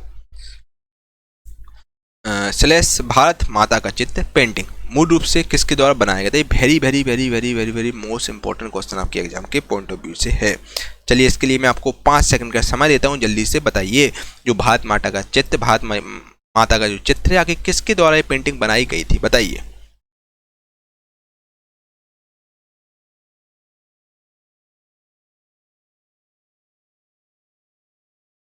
साथियों बिल्कुल सही, राइट आंसर आपका मोस्टली 80% बच्चों का आंसर सही है बिल्कुल। तो दोस्तों जो आपकी भारत माता का चित्र यानी पेंटिंग है, मूल रूप से दोस्तों अमनिंद्र नाथ टैगोर द्वारा बनाई गई थी। कब? 1905 में पेंटिंग बनाई गई थी। 1905 में पेंटिंग बनाई गई थी, याद रखिए। अमनिंद्र जो कि बहुत ही फेमस पेंटर थे, अमनिंद्र नाथ टैगोर जी, इन्होंने पेंटिंग बनाई थी। ठीक है, अगला क्वेश्चन आपका साथियों, 1984 में बिहार रत्न जीतने वाले प्रसिद्ध मधुबनी कलाकार कौन है? तो 1984 में बिहार रत्न जीतने वाले प्रसिद्ध मधुबनी कलाकार आखिर कौन है, बताइए भाई, फटाफट से बताइए। तो 1984 का जो आपका बिहार रत्न पुरस्कार जीतने वाले जो प्रसिद्ध मधुबनी कलाकार हैं, इनका नाम है सीता देवी। सीता देवी को टिक कर लीजिए, ऑप्शन नंबर सीता देवी इसका राइट आंसर हो जाएगा। ठीक है, ये सब आपको दोस्तों जो बिहार की संस्कृति को आगे ले जाए, समाज को आगे बढ़ाए, और जिनका बहुत अहम योगदान रहता है, उन लोगों को बिहार रत्न पुरस्कार दिया जाता है। यूपी में भी दोस्तों ऐसा रत्न पुरस्कार दिया जाता है। ललित कला अकादमी, ललित कला अकादमी किस क्षेत्र का एक शीर्ष शीर्षस्थ सांस्कृतिक सरकारी संस्थान है। ललित कला एकेडमी दोस्तों ये कहाँ का फेमस है? ललित कला एकेडमी साथ में ये बेसिकली विजुअल आर्ट एकेडमी है, ठीक है। और ललित कला एकेडमी को दोस्तों राष्ट्रीय कला एकेडमी के रूप में भी हम लोग जानते हैं, ठीक है। इसका मुख्यालय दोस्तों अगर हम बात करें ललित कला एकेडमी को, यानी कि इसको हम राष्ट्रीय कला एकेडमी बोलते हैं, इसका हेडक्वार्टर कहाँ है? तो इसका हेडक्वार्टर दिल्ली में है। इसकी स्थापना कब हुई? स्थापना इसकी एस्टेब्लिशमेंट इसका हुआ 1954 में अगस्त के समय में। तो ये जो विजुअल आर्ट के लिए फेमस है, दस्त कला यानी कि विजुअल आर्ट के लिए फेमस है ललित कला एकेडमी, ठीक है। चलिए, painting my mother, painting my mother किसने बनाया था? जो माई मदर जो पेंटिंग है साथियों किसके द्वारा बनाया गया था? तो माई मदर जो पेंटिंग है ये बच्चा बनाया गया था किसके द्वारा बताओ? तो माई मदर पेंटिंग भी बनाने वाले थे आपकी अमरिंद्र नाथ टैगोर, जिसने भारत माता की पेंटिंग बनाई थी। इन्हीं ने दोस्तों माई मदर भी पेंटिंग बनाई थी। और जो ये पेंटिंग इन्होंने 1907 में बनाई थी, 2 साल बाद, ठीक है। 1907 में ये पेंटिंग बनाई गई थी। और ऑप्शन नंबर बी आपका अमरिंद्र नाथ टैगोर राइट आंसर हो जाएगा। और 1907 में दोस्तों क्या हुआ था? 1907 में आपका कोलकाता में दोस्तों इन्होंने Indian society of oriental arts नामक संस्था की स्थापना भी की थी, ठीक है। दमयंती नामक पेंटिंग किसके द्वारा बनाई गई थी? दमयंती जो पेंटिंग आगे किसके द्वारा बनाई गई थी? एसएससी एमटीएस में भाई साहब एक क्वेश्चन पूछा गया था 13/8/2019 क्वेश्चन है ना। तो दमयंती जो नामक पेंटिंग आगे किसके द्वारा भाई बनाई गई है? बताओ भाई, जल्दी से बताओ यार, आप लोग कहाँ भूल हो जाते हो है ना। बताओ जल्दी से बताओ यार। जो साथियों दमयंती जो नामक पेंटिंग है आखिर किसके द्वारा ये बनाई गई है? तो दमयंती जो नामक पेंटिंग है ये आपकी बनाई गई बच्चा राजा रवि वर्मा द्वारा बनाई गई थी। ऑप्शन नंबर ए राजा रवि वर्मा द्वारा ये बनाई गई थी, ठीक है। चलिए,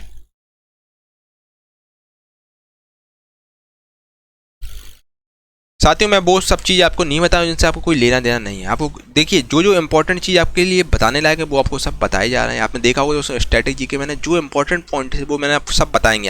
आगे जाके मैं आपको बहुत सारी चीज़ें बताऊंगा जो आपको बताने लायक चीज़ जो एग्जाम में बहुत सारे पूछते हैं, जिनका दोस्तों दूर दूर से आपका लेना देना नहीं है, उनमें आपको टाइम वेस्ट मैं क्यों कराऊंगा है ना।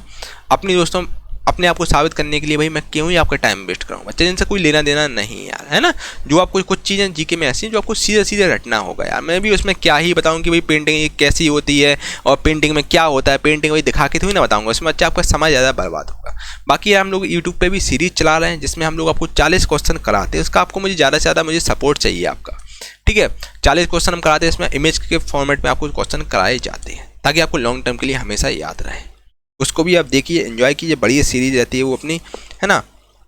ऐप पर भी मैं इसका पूरा कंप्लीट सीरीज डाल दूंगा फ्री ऑफ कॉस्ट, परेशान मत हुई। ऐप पर भी मैं इसका फ्री PDF डाल दूंगा। चलिए, बहुसर्जक भारतीय चित्रकार मकबूल फिदा हुसैन ने अपनी कलाओं में जीवंत और मुक्त आत्मा का चित्रण करने के लिए निम्नलिखित में से किस पशु का मुख्य रूप से प्रयोग किया है? तो उन्होंने सबसे ज़्यादा घोड़े का प्रयोग किया है। ऑप्शन नंबर बी घोड़ा आपका राइट आंसर हो जाएगा।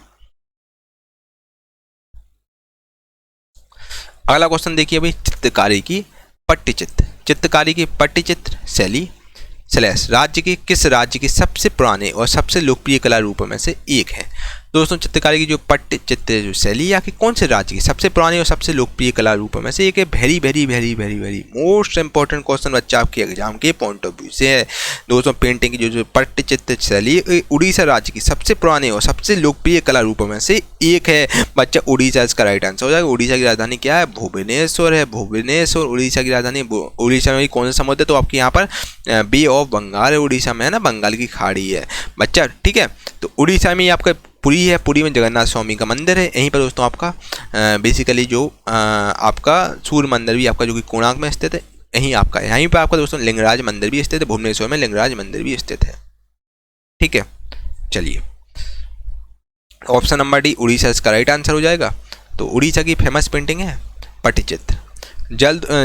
जरदोजी कढ़ाई, साथियों जो आपकी जरदोजी जो कढ़ाई आके किसके तहत लोकप्रिय हुई थी बताइए? तो दोस्तों ये जरदोजी कढ़ाई आके किसके तहत लोकप्रिय हुई थी? तो दोस्तों बेसिकली क्या होता था इसमें, इस कढ़ाई में जरी के काल को जरदोजी हम कढ़ाई कहते थे। और यह काल दोस्तों भारत में ऋग्वेद के समय से प्रचलित था। और फिर ठीक है। और फिर जब मुगल काल आया तो उसमें अकबर के समय में और इसको लोकप्रियता मिल गई थी। और ये आपका जलदोजी कढ़ाई है, ये आपके अकबर के समय और भी ज़्यादा लोकप्रिय हो गई थी। मुगल शासक अकबर के समय भी लोकप्रिय हो गई थी। अकबर ही दोस्तों ऐसा शासक थे जिसने अपने नवरत्न रखे थे अपने शासनकाल में, है ना। मुगल में अकबर ही था, फिर तो पहले तो चंद्रगुप्त विक्रमादित्य थे, फिर उसके बाद दोस्तों आपके नवरत्न रखने वाला अकबर ही था। ठीक है।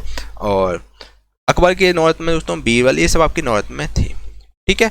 ऑप्शन नंबर अकबर आपका राइट आंसर हो जाएगा। किसी प्रकार का डाउट हो बताइए, आपके सारे डाउट बच्चा क्लियर कर दिए जाएंगे। परेशान बिल्कुल नहीं होना है। आपकी कोई भी आपको समस्या आप चाहते हो कि हमें ये वाला चीज़ क्वेश्चन अच्छे से नहीं समझ में आया है, तो आप बच्चा वो भी आप कमेंट कीजिए, मैं बता दूंगा आपको, कोई दिक्कत नहीं। आप जो बच्चे ज़्यादा क्वेश्चन की डिमांड करेंगे वो आपको सब बता दिए जाएंगे। परेशान आपको बिल्कुल भी नहीं होना है। हम आपके हमेशा आपके साथ हैं बच्चा, जब तक आपका सिलेक्शन ना हो जाता हम आपके साथ हैं, है ना। तो बच्चा कमेंट करके आप लोग जरूर बताओ आपको सेशन कैसा लग रहा है। लाइक करें, कमेंट करें, इस वीडियो को एक व्हाट्सएप ग्रुप में जरूर शेयर करें। स्टूडेंट मैं आपके लिए ऐसी कंटेंट बनाता रहूँ।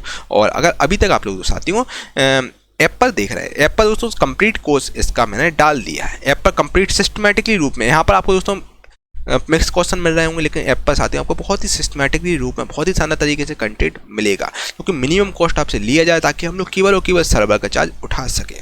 तो उसको भी आप ऐप पर कोर्स ले सकते हैं। ठीक है भाई। नमस्कार मेरे प्यारे दोस्तों, स्वागत है आपके अपने YouTube चैनल गुरुकुल प्लस पर। दोस्तों अगर अभी तक आपने वीडियो को लाइक नहीं किया तो फटाफट से वीडियो को लाइक कीजिए, कमेंट करके जरूर बताओ कैसा आपको वीडियो लग रहा है। इस वीडियो को एक कोई भी व्हाट्सएप ग्रुप है, जो भी आपका एजुकेशन ग्रुप है, वहाँ पर शेयर जरूर कर दिया करें, है ना। स्टूडेंट मैं आपके लिए ऐसी कंटेंट बनाता हूँ। बच्चे जब लाइक कमेंट और शेयर करते तो हम लोग मोटिवेट हो जाते हैं, आपके लिए बढ़िया से बढ़िया कंटेंट लाने की कोशिश करते हैं। दोस्तों बहुत ज़्यादा मेहनत लगती है आपके पास कंटेंट आ पाता है, आप देख सकते हैं यार। और चैनल को सब्सक्राइब जरूर कर लीजिए, बगल में बेल आइकन जरूर प्रेस कर दीजिए। स्टूडेंट फ्यूचर में आपसे कोई भी वीडियो मिस ना हो सके। डेली बेसिस पे साथियों मैं आपके लिए वीडियो ला रहा हूँ, तो चैनल को सब्सक्राइब करके बेल आइकन जरूर प्रेस कर दिया करें। ठीक है भाई। चलिए, इसके अलावा साथियों बच्चा बोलते हैं सर जो पीडीएफ वगैरह हमें कहाँ मिलेगी, तो साथियों जो भी आपको पीडीएफ वगैरह जो क्लास की मिलती है वो आपको सब गुरुकुल प्लस की ऑफिशियल ऐप पर मिलेंगी, तो उसको आप डाउनलोड कर लीजिएगा। और बाकी डेली कोई आपको यहाँ पर मिलेंगी, ई बुक वगैरह, टेस्ट सीरीज और अपडेटेड कंटेंट आपको यहाँ पर मिलेगा, जिसको आप गुरुकुल प्लस की ऑफिशियल ऐप को डाउनलोड कर सकते हैं। बाकी साथियों डिस्क्रिप्शन में लिंक डाल दूंगा, वहां से आप डाउनलोड कर लीजिएगा। यहाँ पर करंट अफेयर वगैरह की मैं जल्दी आपके लिए ई बुक वगैरह लॉन्च कर रहा हूँ। ठीक है। बाकी साथियों विज्ञान चालीसा भी ले सकते हैं, जो कि वन ऑफ द बेस्ट आपके एग्जाम के लिए रहेगी। इसमें टॉप 5000 क्वेश्चन है। ठीक है, जो कि आपके रेलवे एसएससी के लिए वन ऑफ द बेस्ट है। ठीक है। और किसी प्रकार का डाउट इस नंबर से आप संपर्क कर सकते हैं, आपके सारे डाउट बच्चे क्लियर कर दिए जाएंगे। और बाकी साथियों एसएससी और रेलवे का एग्जाम पैक भी आप ले सकते हैं, जिसमें दोस्तों 10,000 से ज्यादा टेस्ट, यहाँ पर लगभग 12,000 प्लस टेस्ट मिलेंगे आपको। और इसमें दोस्तों 300 से ज्यादा फ्री टेस्ट हैं, जिसको फ्री टेस्ट को अटेंड कर सकते हो, बिल्कुल फ्री में है, जिसमें आपको ऑल ओवर इंडिया अपना इसको पता लग जाएगा आपका क्या स्कोर चल रहा है। डिस्क्रिप्शन में इसका भी लिंक डाल दूंगा, आप फ्री टेस्ट अटेंड कर सकते हैं। बाकी इस टेस्ट सीरीज को ले सकते हो कि वन ऑफ द बेस्ट आपके एग्जाम के लिए रहेगी, क्योंकि केवल 499 रुपए में आपको दी जा रही है। ठीक है भाई। तो साथियों स्टार्ट करते हैं आज की क्लास। मेरे प्यारे दोस्तों, अब हम लोग आपसे गुप्त साम्राज्य यानी गुप्ता एम्पायर से संबंधित क्वेश्चन चर्चा करेंगे। दोस्तों अगर हम आपसे कुछ शॉर्ट में बता देते हैं गुप्ता वंश के बारे में, जो आपके एग्जाम के लिए बहुत ज़्यादा इंपॉर्टेंट है। 2 मिनट का आप देखिए क्विक रिवीजन में आपको करा देता हूँ। ठीक है। चलिए, इससे दोस्तों आपके सारे क्वेश्चन बन जाएंगे। थ्योरी आप एक बार देख लीजिएगा। देखो दोस्तों, अगर हम गुप्ता वंश की बात करें, इसको मैं थोड़ा सा वो कर देता हूँ ताकि मुझे स्पेस मिल जाए। ठीक है। चलिए दोस्तों देखिए, गुप्ता वंश की अगर मैं बात बताऊं आपको, गुप्त साम्राज्य की दोस्तों बात बताऊं, गुप्त साम्राज्य संबंधित क्वेश्चन हम लोग चर्चा करेंगे। और गुप्त साम्राज्य के संस्थापक कौन थे भाई? इसके संस्थापक थे आपके दोस्तों श्रीगुप्त इसके संस्थापक थे गुप्त साम्राज्य के। और दोस्तों इनका कार्यकाल था 240 से लेकर 280 तक BC तक का इनका कार्यकाल रहा था श्रीगुप्त का। ठीक है। और उत्तराधिकारी इनके कौन थे? घटोत्कच इनका उत्तराधिकारी था। और ठीक है। और प्रथम महान शासक इस वंश का प्रथम महान शासक कौन था भाई? तो प्रथम महान शासक दोस्तों था आपका बिल्कुल सही चंद्रगुप्त प्रथम इस वंश का महान शासक हुआ करता था, जो कि दोस्तों इसका राज्याभिषेक 320 BC में हुआ था। ठीक है। और दोस्तों इसे ही दोस्तों गुप्त वंश का बेसिकली वास्तविक संस्थापक कहते हैं। ठीक है। महान शासक था, प्रथम महान शासक था, इसे ही दोस्तों महान मतलब इस वंश का महान वास्तविक संस्थापक भी कहते हैं। ठीक है। और इसका विवाह किससे हुआ था? कुमार देवी से इसका विवाह हुआ था। इसकी पत्नी का नाम था कुमार देवी। ठीक है। पत्नी का नाम क्या था भाई? बीवी का नाम कुमार देवी था, और जो कि लिच्छवी की राजकुमारी थी। ठीक है। उपाधि इसे कौन सी दी गई थी? एग्जाम में आता है भाई, जो आपका चंद्रगुप्त प्रथम है, आखिर इसको किसकी उपाधि दी गई? तो इसको महाराजा धीराज की उपाधि दी गई, ठीक है। महाराजा धीराज की उपाधि इसको दी गई थी। और इसके अलावा दोस्तों अगर हम बात करें, इन्हीं ने दोस्तों 319 से लेकर 320 BC में एक संवत चलाया था, जो कि गुप्त संवत चलाया गया था। इंपॉर्टेंट है। ठीक है। गुप्त संवत इन्हीं ने चलाया था। इनका बेटा था जो कि बहुत ही महान था, इसने भी बहुत अच्छा रूलर किया। ठीक है, इनका बेटा का नाम था समुद्रगुप्त। समुद्रगुप्त इनका बेटा था दोस्तों, और जो कि दोस्तों गद्दी पर बैठा था कब, 335 BC में गद्दी पर बैठा था। और दोस्तों इसके अलावा इसे हम भारत का नेपोलियन कहते हैं। एग्जाम में पूछते हैं भारत का नेपोलियन हम किसको कहते हैं, तो भारत का नेपोलियन हम लोग समुद्रगुप्त को कहते हैं। भारत का नेपोलियन भी हम इसको ही बोलते हैं। ठीक है, इतनी बात आपको क्लियर है। और क्योंकि दोस्तों इसको भारत का नेपोलियन इसलिए बोलते हैं, इसके पीछे भी एक रीजन है, क्योंकि इसने दोस्तों आर्यभट्ट के 9 राजाओं को हरा दिया था। आर्यभट्ट के 9 राजाओं को हरा दिया था और दक्षिण भारत के 12 राजाओं को पराजित किया था। फिर उसके बाद इसलिए इसको भारत का नेपोलियन कहा जाता है। मतलब बहुत ही प्रतापी राजा हुआ करता था आपका समुद्रगुप्त। ठीक है, इसको उपाधि दी गई, इसको किसको, अश्वमेध कर्ता की इसको उपाधि दी गई थी। और कविराज की भी इसको उपाधि दी गई थी, कविराज। ठीक है, कविराज की भी इसको उपाधि दी गई थी। और बाकी दोस्तों ठीक है, और इसके दरबार में थे, हरिशेण वगैरह इसके दरबार में थे। और इसको दोस्तों संगीत एक प्रेमी था आपका। इसका उत्तराधिकारी कौन था, चंद्रगुप्त द्वितीय। समुद्रगुप्त का बेटा था चंद्रगुप्त द्वितीय। ठीक है, चंद्रगुप्त द्वितीय इसका बेटा था, जिसका राज्याभिषेक 380 BC में हुआ था। नोट डाउन कर लीजिएगा भाई, बाकी मैं इसका PDF तो डाल ही दूंगा एप्लीकेशन पर, इसको आप डाउनलोड कर लीजिएगा।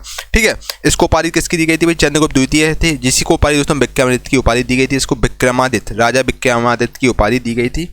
और ठीक है, और इसी को दोस्तों चंद्रगुप्त विक्रमादित्य भी बोलते हैं। ठीक है, याद रखिएगा चंद्रगुप्त विक्रमादित्य भी इन्हीं को बोलते हैं, और इन्होंने मालवा पर रूलर किया था, शासन किया था। ठीक है, इन्हीं के दोस्तों, इन्हीं ने सबसे पहले नवरत्न रखे थे। नवरत्न इन्हीं ने रखे थे, सबसे पहले राजा विक्रमादित्य ने ही नवरत्न रखे थे। ठीक है, और चीनी यात्री फायान भी इन्हीं के शासनकाल में आया था। चंद्रगुप्त द्वितीय के यानी कि विक्रमादित्य के शासनकाल में आया था फायान, जो कि चीन से आया था।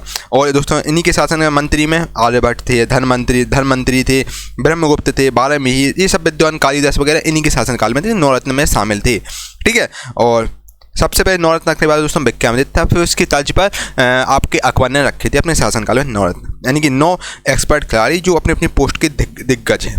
ठीक है, और इन्हीं ने दोस्तों जो चंद्रगुप्त द्वितीय थे यानी कि विक्रमादित्य थे, इन्हीं ने दोस्तों नालंदा यूनिवर्सिटी जो कि बिहार में, इसकी स्थापना करवाई थी। ठीक है, इसको हम लोग ऑक्सफोर्ड ऑफ महायान बुद्धा बोलते हैं। ठीक है, ऑक्सफोर्ड ऑफ महायान बुद्धा बोलते हैं, हम इसको नालंदा यूनिवर्सिटी को बोलते थे उस समय। ठीक है, इनका उत्तराधिकारी स्कंदगुप्त था। ठीक है, स्कंदगुप्त भी बहुत ही मतलब महान शासक हुआ करता था। स्कंदगुप्त इनका बेटा था, राजा विक्रमादित्य का बेटा था स्कंदगुप्त। ठीक है, और होड़ों का आक्रमण दोस्तों इसी के शासनकाल में होड़ आए थे भारत में। ठीक है, और इस वंश का अंतिम शासक था कौन, विष्णुगुप्त। ठीक है, विष्णुगुप्त इस वंश का लास्ट रूलर था। ठीक है, लास्ट रूलर कौन था भाई, विष्णुगुप्त था।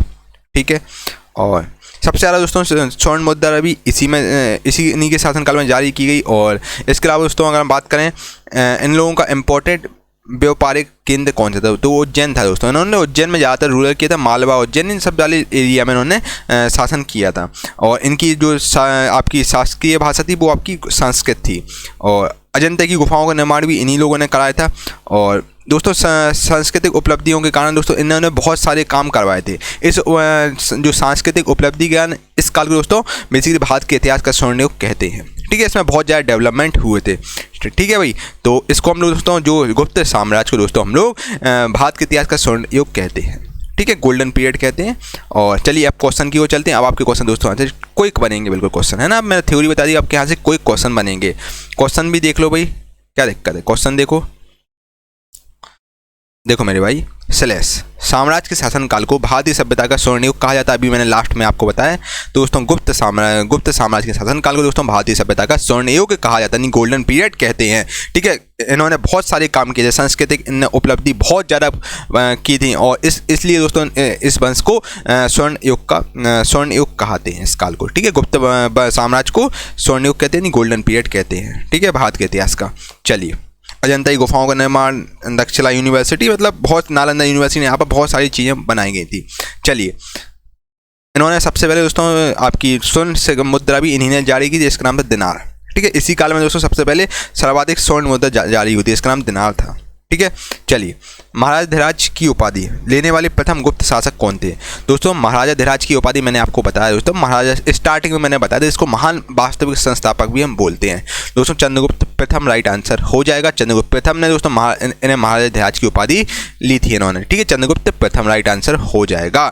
ठीक है भाई, चलिए, कोई दिक्कत, कोई तकलीफ, कोई समस्या दोस्तों, इस प्रकार आपके अब सीधे डायरेक्ट क्वेश्चन बनेंगे।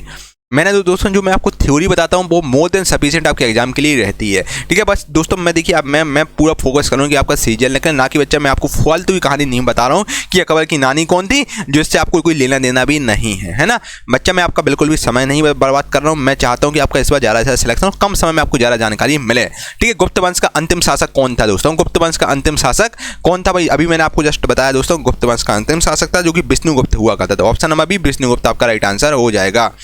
ठीक है, किस साम्राज्य को हिंदुत्व का स्वर्ण युग कब माना जाता है? अभी मैंने बताया आपको दोस्तों। ये देखिए क्वेश्चन दोस्तों एग्जाम में very very very very very very most important question है। ठीक है दोस्तों, जो मैं थ्योरी आपको बताता हूँ भाई इसको बिल्कुल नोट डाउन करते रहिएगा, करिएगा। ठीक है, बहुत इंपॉर्टेंट आपके एग्जाम के लिए रहती है वो थ्योरी। ठीक है, तो किस साम्राज्य को हिंदुत्व का स्वर्ण युग कहते हैं? तो हम लोग गुप्त वंश को कहते हैं। ऑप्शन नंबर सी गुप्त आपका राइट आंसर हो जाएगा। अगले क्वेश्चन में चलते हैं। भारत के इतिहास में किस किस शासनकाल को भारत का स्वर्णिम युग कहते हैं? फिर वही क्वेश्चन दोस्तों एग्जाम ने पूछ लिया है। आप देख रहे होंगे दोस्तों एग्जाम में बार बार यही क्वेश्चन पूछ रहा है, तो बहुत इंपॉर्टेंट क्वेश्चन है आपके एग्जाम के लिए। तो ऑप्शन नंबर सी गुप्त साम्राज्य। दोस्तों गुप्त साम्राज्य को बेसिकली भारत का स्वर्णिम युग यानी गोल्डन पीरियड कहते हैं। और अगले क्वेश्चन में चलते हैं। आर्यभट्ट और कालिदास किस गुप्त शासक के दरबार में थे? तो नौ रत्न में शामिल थे आर्यभट्ट और कालिदास, जो कि दोस्तों आपके थे बिल्कुल सही आंसर दोस्तों। बेसिकली ये रखे चंद्रगुप्त द्वितीय, जिसने विक्रमादित्य की उपाधि दी गई थी और राजा विक्रमादित्य की उपाधि दी गई। इन्हीं ने दोस्तों अपने शासनकाल में सबसे पहले नौ रत्न रखे थे, जिसमें दोस्तों आपके आर्यभट्ट कालिदास ये सब शामिल थे। ठीक है, धनवंतरी ये सब आपके शामिल हुआ करते थे। और घटोत्कच जिसने दोस्तों 290 से लेकर 305 ईस्वी में राज्य किया था, किस साम्राज्य का राजा था? दोस्तों घटोत्कच आपका गुप्त साम्राज्य का राजा हुआ करता था, जो कि आपका दोस्तों श्रीगुप्त का बेटा था। ठीक है, तो ऑप्शन नंबर ये आपका राइट आंसर है। निम्नलिखित में से कौन गुप्तकालीन शासक था? इनमें से कौन सा गुप्तकालीन शासक था? दोस्तों ऑप्शन के अनुसार बिल्कुल सही आंसर आपका राजा विक्रमादित्य की उपाधि दी गई थी, जो कि चंद्रगुप्त द्वितीय को राजा विक्रमादित्य की उपाधि दी गई थी। इन्होंने मालवा वाले एरिया पर राज किया था। उज्जैन को इन्होंने व्यावसायिक राजधानी केंद्र बना दिया था। ठीक है, तो ऑप्शन नंबर डी आपका राइट आंसर हो जाएगा। गुप्त वंश के अंतिम स्वीकृत सम्राट कौन थे? तो दोस्तों गुप्त वंश के जो अंतिम स्वीकृत सम्राट थे वो कौन थे? बताइए, जल्दी से बताइए, फटाफट से कोई बताइए। ठीक है दोस्तों, गुप्त वंश के अंतिम स्वीकृत सम्राट आपके थे, बिल्कुल सही राइट आंसर मैंने आपको लास्ट बताया। मतलब कुल मिला के एग्जाम में ये बोल रहा है कि लास्ट रूलर कौन थे गुप्त वंश के, अंतिम सम्राट कौन थे? तो आंसर आपका जो है विष्णुगुप्त। ठीक है, चलिए। गुप्त शासकों ने सेलेस नाम का जुर्माना लगाया था, जो हल रखने वाले प्रत्येक कृषक द्वारा भुगतान किया जाने वाला एक हल कर था। गुप्त शासकों ने आके कौन सा कर लगाया था, कौन से नाम का जुर्माना लगाया था, जिस जो हल रखने वाले जो प्रत्येक किसान थे उनके द्वारा भुगतान किया जाने वाला एक हल कर हुआ करता था, जो कि जो हल रखते थे उनको जो टैक्स देना पड़ता था। वो उस जुर्माना का नाम क्या था? दोस्तों जुर्माना का नाम था, बिल्कुल सही आंसर है, राइट आंसर आपका हो जाएगा। उस टैक्स को हम लोग हलिप कर बोलते थे, हलिप कर। ठीक है, गुप्त शासकों ने दोस्तों हलिप कर या फिर हलदंड नाम का एक जुर्माना लगाया था, जो हल रखने वाले प्रत्येक कृषक द्वारा भुगतान किए जाने वाला एक हल कर हुआ करता था। ठीक है, तो ऑप्शन नंबर आपका बी राइट आंसर हो जाएगा, हली बकर। ठीक है, हली बकर यानी कि हल बकर, आप याद रखिएगा, हल बकर या हली बकर, जो कि जो हल रखते थे उनको टैक्स देना पड़ता था ये वाला। ठीक है, तो ऑप्शन नंबर बी आपका राइट आंसर है। चीनी यात्री सुंग यून भारत कब आया? दोस्तों चीनी यात्री सुंग यून ये भारत कब आया? तो चीनी यात्री जो आपका सुंग यून था ये बेसिकली भारत आया था 518 ईस्वी में आया था। ठीक है, ये चीन से आया था और ये आपका ठीक है 518 ईस्वी में भारत आया था। चलिए,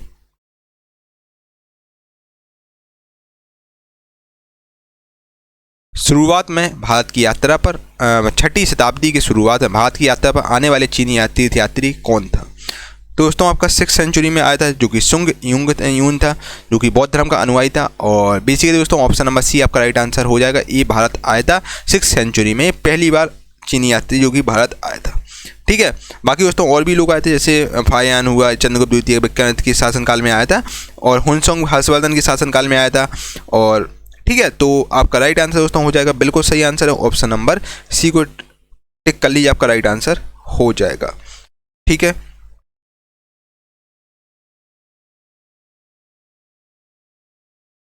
चलिए अगला क्वेश्चन आपके सामने ये रहा।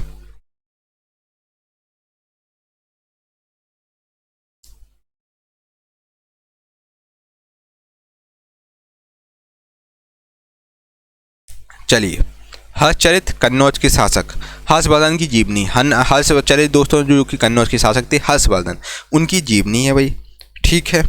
और जो उनके दरबारी कवि किसके द्वारा संस्कृत में रचित है दोस्तों, जो दोस्तों बेसिकली हर्षचरित जो कि आपकी कन्नौज के शासक हर्षवर्धन की जीवनी है, और जो कि दोस्तों बेसिकली आपके बाणभट्ट द्वारा, उनके जो दरबारी कवि थे इनका नाम था बाणभट्ट जो कि कवि थे इनके द्वारा संस्कृत में रचित है, ठीक है। ऑप्शन नंबर सी आपका राइट आंसर हो जाएगा, ठीक है।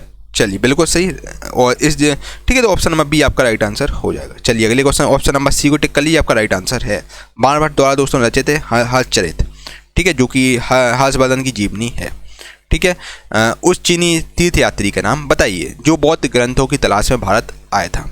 तो दोस्तों उस चीनी यात्री का नाम था, बिल्कुल सही, राइट आंसर हो जाएगा हुन सॉन्ग आपका, जो कि सम्राट हर्ष के शासनकाल में दोस्तों, सम्राट हर्षवर्धन के शासनकाल में भारत आया था हुनसोंग, और ठीक है, और ये लगभग आपका भारत में 629 से लेकर 645 तक भारत में रहा था, ठीक है। और नालंदा यूनिवर्सिटी में दोस्तों एजुकेशन ली थी, पढ़ाई की थी, ठीक है। चलिए ऑप्शन नंबर बी आपका राइट आंसर है।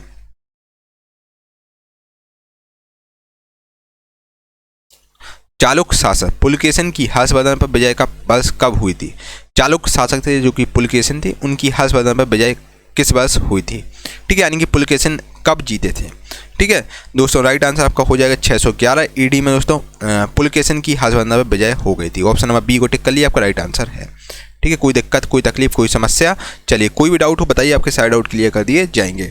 अगला क्वेश्चन दोस्तों, राजा हर्षवर्धन ने अपने भाई शैलेश की मृत्यु के बाद थानेश्वर और कन्नौज के सिंहासन पर प्रभुत्व स्थापित किया था। दोस्तों राजा हर्षवर्धन ने अपने किस भाई की मृत्यु के बाद थानेश्वर और कन्नौज के सिंहासन पर प्रभुत्व स्थापित किया था। दोस्तों बिल्कुल सही आंसर आपका, राइट आंसर आपका हो जाएगा। जल्दी से बताइए, फटाफट से बताइए कौन सा ऑप्शन सही होना चाहिए आपके हिसाब से, ठीक है। चलिए जल्दी से बताइए, मैं आपके कमेंट का वेट कर रहा हूँ, जल्दी से अपना उत्तर कमेंट बॉक्स में बताइए, फटाफट से बताइए, है ना। चलिए कोई भी डाउट हो वो भी बताओ, आपके सारे डाउट बच्चा क्लियर कर दिए जाएंगे, एक एक आपके डाउट क्लियर करेंगे हम लोग, है ना, जो आपके एसएससी एग्जाम के लिए इंपॉर्टेंट है। जो डाउट है वो हम आपको सब बताएंगे। अब भाई ऐसा नहीं है कि आप बोलोगे सर यूपीएससी वाला आप क्वेश्चन पढ़ के आ जाओ, आपको सर ये वाला बताओ। आप बच्चा एसएससी बच्चे मैं आपको बता दूंगा, मुझे कोई दिक्कत नहीं है, लेकिन बच्चा डिस्टर्ब होगा जो एसएससी को टारगेट कर रहा है, जो एसएससी सीएचएल को टारगेट कर रहा है, सीजीएल को टारगेट कर रहा है, एमटीएस को टारगेट कर रहा है, वो कहीं ना कहीं डिस्टर्ब हो, उसका आधा घंटा निकल जाएगा, है ना। पूरा मुझे कहानी आपको बतानी होगी, क्योंकि उसमें प्रैक्टिस बैच चल रहा है। आपने कहीं भी तैयारी किया हो, आपने जी के कहीं भी पढ़ी हो, अनअकैडमी में पढ़ी हो, कहीं भी बच्चा आपने पढ़ी, किसी भी टीचर से पढ़ी हो, तो आपको प्रैक्टिस बैच बहुत ज़्यादा अनिवार्य है। आपको प्रैक्टिस बहुत इंपॉर्टेंट होती है। थ्योरी आपने कहीं पढ़ी हो, बस प्रैक्टिस कीजिए आप यहाँ से अच्छे से, है ना। चलिए अब मैंने आपसे पूछा राजा हर्षवर्धन ने अपने भाई किसकी मृत्यु के बाद थानेश्वर और कन्नौज के सिंहासन पर प्रभुत्व स्थापित किया था। दोस्तों जो राजा हर्षवर्धन ने अपने जो भाई था, इनका नाम था राज्यवर्धन, अपने भाई राज्यवर्धन की मृत्यु के बाद थानेश्वर और कन्नौज के सिंहासन पर प्रभुत्व स्थापित किया था। ऑप्शन नंबर बी आपका राइट आंसर हो जाएगा, ठीक है। और जो आपके, ठीक है, ऑप्शन नंबर बी आपका राइट आंसर हो जाएगा, ठीक है।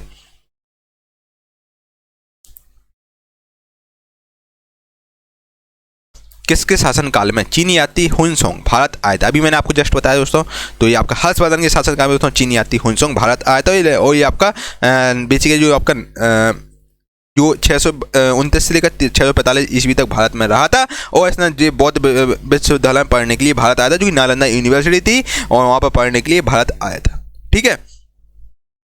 ऑप्शन नंबर डी आपका राइट आंसर हो जाएगा। ये भारत में 15 साल तक रहा था, ठीक है। अगले क्वेश्चन में चलते हैं, बनादिर किए हुए। अगला क्वेश्चन आपके सामने ये रहा, देखिए। राजा हर्ष ने अपनी राजधानी कहाँ से कहाँ पर स्थानांतरित की थी। दोस्तों राजा हर्षवर्धन ने अपनी राजधानी दोस्तों बेसिकली थानेश्वर से कन्नौज स्थानांतरित कर दी थी। पहले थानेश्वर की राजधानी होकर थी, फिर उन्होंने कन्नौज ट्रांसफर कर दी थी, ठीक है। अपने भाई की मृत्यु के बाद उन्होंने थानेश्वर से कन्नौज राजधानी कर दी थी। ऑप्शन नंबर ये आपका राइट आंसर हो जाएगा, ठीक है। चलिए अगला क्वेश्चन दोस्तों, 1911 तक ब्रिटिश भारत की राजधानी कौन सा शहर था, ठीक है। बताइए भी फटाफट से बताइए। देखो 1911 तक ब्रिटिश भारत की राजधानी कौन सा शहर था। दोस्तों 1911 तक की बात करें तो 1911 तक जो आपकी ब्रिटिश भारत की राजधानी थी वो आपकी कलकत्ता हुआ करती। Option number Calcutta right answer हो जाएगा। फिर कलकत्ता के बाद नई दिल्ली आपकी दिल्ली राजधानी हो गई थी, ठीक है। और उस समय दोस्तों हम कलकत्ता बोलते हैं, अब इसको हम कोलकाता कहते हैं। और 1911 में जो आपके वायसराय थे लॉर्ड हार्डिंग ने फिर दिल्ली को राजधानी बना दिया था। 1912-11 में बोल दिया था, 1912 में दिल्ली भारत की राजधानी बन गई थी। ठीक है, तो ऑप्शन नंबर ये आपका कलकत्ता राइट आंसर हो जाएगा। ठीक है, 1912 से आपकी दोस्तों दिल्ली राजधानी हो गई थी भारत की। ठीक है, पहले आपकी कलकत्ता हुआ करती थी और अब आपका इसको कोलकाता हम कहते हैं। ठीक है, ऑप्शन नंबर ये आपका राइट आंसर हो जाएगा। चलिए अगले क्वेश्चन में चलते हैं। दक्षिण के चोल शासकों के प्रभाव का काल क्या था? चोल वंश के बारे में बता दूं क्या आपको कुछ? चलिए जो जो इम्पोर्टेंट है वो मैं आपको क्या बता देता हूँ, ताकि आपका यहाँ से सारे क्वेश्चन सॉल्व आउट हो जाए, सब आपको आंसर अच्छे तरीके से आ जाए। चलिए दोस्तों, जो मैं थ्योरी बताता हूँ उनको जरूर आप नोट डाउन कर लीजिएगा, पेन और पेपर लेके बैठिए। मैं बार बार कह रहा हूँ बच्चा, पेन और पेपर लेके बैठिए। पेन और पेपर ही आपको कलम क्रांति दिलाएगा, कलम से ही दोस्तों क्रांति होगी, आपका सिलेक्शन होगा। ठीक है, तो बिल्कुल आपको आलस नहीं करना है बच्चा। चोल साम्राज्य की अगर हम बात करें, चोल डायनेस्टी की बच्चा बात करें, सुनो ना बात को मेरे प्यारे दोस्तों। चोल साम्राज्य की अगर हम बात करें तो चोल साम्राज्य के संस्थापक कौन थे? तो इसके संस्थापक एग्जाम में पूछता भाई संस्थापक कौन है, अभी आपको आगे दिखेंगे। तो इसके संस्थापक थे विजयालय इसके संस्थापक थे, और जिन्होंने दोस्तों 850 से लेकर 887 ईस्वी तक इन्होंने शासन किया था। और इन्हें उपाधि किसकी दी गई थी? इन्हें उपाधि दी गई थी बेसिकली किसकी?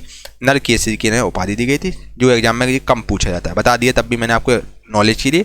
और इन्होंने राजधानी जो चोल शासकों की, जो चोल शासक थे, इनकी राजधानी कौन सी थी भाई? तंजौर थी। ठीक है, जहाँ पर वैद्येश्वर मंदिर भी है। और दोस्तों राजा राज जो आपके चोल बहुत ही प्रतापी राजा हुआ करते, साउथ में इनका एक तरफ दबदबा था। राज प्रथम थे, जो कि दोस्तों इन्होंने ही दोस्तों श्रीलंका पर आक्रमण कर दिया था। ठीक है, रामेश्वरम से आपकी श्रीलंका की रास्ता गई है, और जो कि मन्नार की खाड़ी है, और राज प्रथम ने ही दोस्तों श्रीलंका पर आक्रमण कर दिया था। और इसने महेंद्र जो राजा थे श्रीलंका के, वो महेंद्र फिफ्थ थे, उनको हरा दिया था और श्रीलंका पर इसने आक्रमण कर लिया था। ठीक है, और श्रीलंका तक इसका शासन फैल गया था राज प्रथम का। और इसके फॉलोवर किसका था? शैव धर्म के। दोस्तों साउथ के जितने भी लोग हैं वो सब शैव धर्म के अनुयायी थे, जो चोल वगैरह सब शैव धर्म के अनुयायी थे। ठीक है, शैव धर्म यानी कि भगवान शिव। ठीक है, चलिए जो दोस्तों तंजौर में आपका जो बृहदेश्वर मंदिर है, तंजौर में राजेश्वर मंदिर, इसको हम बृहदेश्वर मंदिर बोलते हैं, जो कि भगवान शिव का मंदिर है, जो कि इसने बनवाया था, राज प्रथम ने मंदिर बनवाया था। और चोल साम्राज्य का सर्वाधिक विस्तार हुआ था। और अंतिम शासक दोस्तों इस वंश के आपके कौन थे? अंतिम शासक की अगर हम बात करें तो अंतिम शासक दोस्तों यहाँ के राजेंद्र थर्ड आपके इस वंश के अंतिम शासक हुआ करते थे। और जो नटराज दोस्तों प्रतिमा है, नटराज प्रतिमा दोस्तों चोल कला का सांस्कृतिक निचोड़ भी हम लोग कहते हैं। ठीक है, तो आपने देखा होगा तो साउथ में चोल मंदिर वगैरह में नटराज प्रतिमा होती है। नटराज मतलब शिव जी का एक अवतार है, जिसमें शिव जी तांडव कर रहे हैं, डांस कर रहे हैं, वो प्रतिमा है। ठीक है, तो दोस्तों मैंने आपको बता दिया, जो जो इंपॉर्टेंट पॉइंट थे वो मैंने आपको सब खैर बता दिए हैं। अब चलते हैं क्वेश्चन की ओर बिना देर किए हुए। दक्षिण के चोल शासकों का प्रभाव कब तक, जो दक्षिण के दोस्तों चोल शासकों के प्रभाव का काल कब तक का था? ठीक है, तो ये आपका बताइए। तो राइट आंसर आपका हो जाएगा ऑप्शन नंबर बी, 9वीं सेंचुरी, 9वीं शताब्दी ईस्वी तक का इनका प्रभाव था। ठीक है, दक्षिण के चोल शासकों का। ठीक है, चलिए ऑप्शन नंबर आपका बी राइट आंसर हो जाएगा। इसके बारे में मैंने आपको खैर बता ही दिया है। ठीक है, तो 9वीं सेंचुरी में इन लोगों का प्रभाव होता है, और विजयालय 550 से 887 तक ये शासन रहा था। फिर उसके बाद दोस्तों इनका मतलब 9वीं सेंचुरी के आसपास इनका शासन अच्छा खासा रहा था दक्षिण के। ठीक है, चलिए अगले क्वेश्चन में चलते हैं। 30वीं शताब्दी में वाकाटक वंश का संस्थापक कौन था? दोस्तों 30वीं शताब्दी में जो वाकाटक वंश था उसका संस्थापक आपका बिल्कुल सही राइट आंसर आपका हो जाएगा। चलिए बिल्कुल सही आंसर है, क्या बात है दोस्तों। 30वीं शताब्दी में वाकाटक वंश के संस्थापक थे आपके विंध्य शक्ति थे। ऑप्शन नंबर बी विंध्य शक्ति आपका राइट आंसर हो जाएगा। और वाकाटक जो वंश है इसकी स्थापना दोस्तों की गई थी कब? 255 ईस्वी में इसकी स्थापना की गई। किसके द्वारा? विंध्य शक्ति द्वारा। ठीक है, और इन्होंने लगभग 20 साल शासन किया, 255 से लेकर 275 तक इन्होंने विंध्य शक्ति ने शासन किया था। ठीक है, ठीक है भाई, चलिए अगले क्वेश्चन में चलते हैं बिना देर किए हुए। अगला क्वेश्चन आपके सामने ये रहा। चालुक्य वंश के संस्थापक कौन थे? दोस्तों चालुक्य वंश के आखिर संस्थापक कौन हुआ करते थे? ठीक है, who is the founder of Chalukya dynasty? दोस्तों चालुक्य वंश की अगर हम बात करें तो चालुक्य वंश के दोस्तों संस्थापक थे आपके बिल्कुल सही राइट आंसर आपका हो जाएगा ऑप्शन नंबर ए पुलकेशिन फर्स्ट। पुलकेशिन प्रथम दोस्तों चालुक्य वंश का संस्थापक था। ऑप्शन नंबर ए को टिक कर लीजिए, आपका राइट आंसर हो जाएगा। इसने 543 ईस्वी में इसकी स्थापना की थी। ठीक है,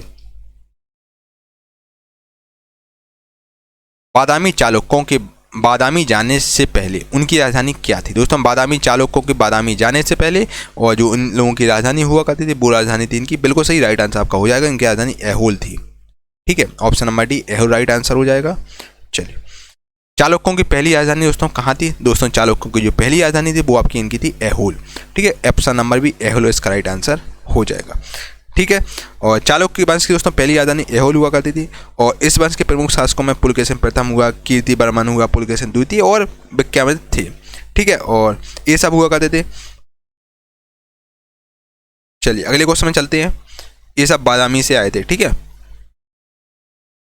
इन्होंने दोस्तों शासन कहाँ किया था? इन्होंने कर्नाटक राज्य में शासन किया था। अगले क्वेश्चन में चलते हैं, वह कौन सा चोल शासक था जो गंगा विजेता यानी कि विक्टर ऑफ द गंगा के नाम से प्रसिद्ध है? ठीक है, आखिर वो कौन सा चोल शासक है जिसको हम गंगा विजेता यानी कि विक्टर ऑफ द गंगा के नाम से जानते हैं? तो बिल्कुल सही, चलिए बिल्कुल सही राइट आंसर आपका हो जाएगा option number B, Rajendra Chola प्रथम।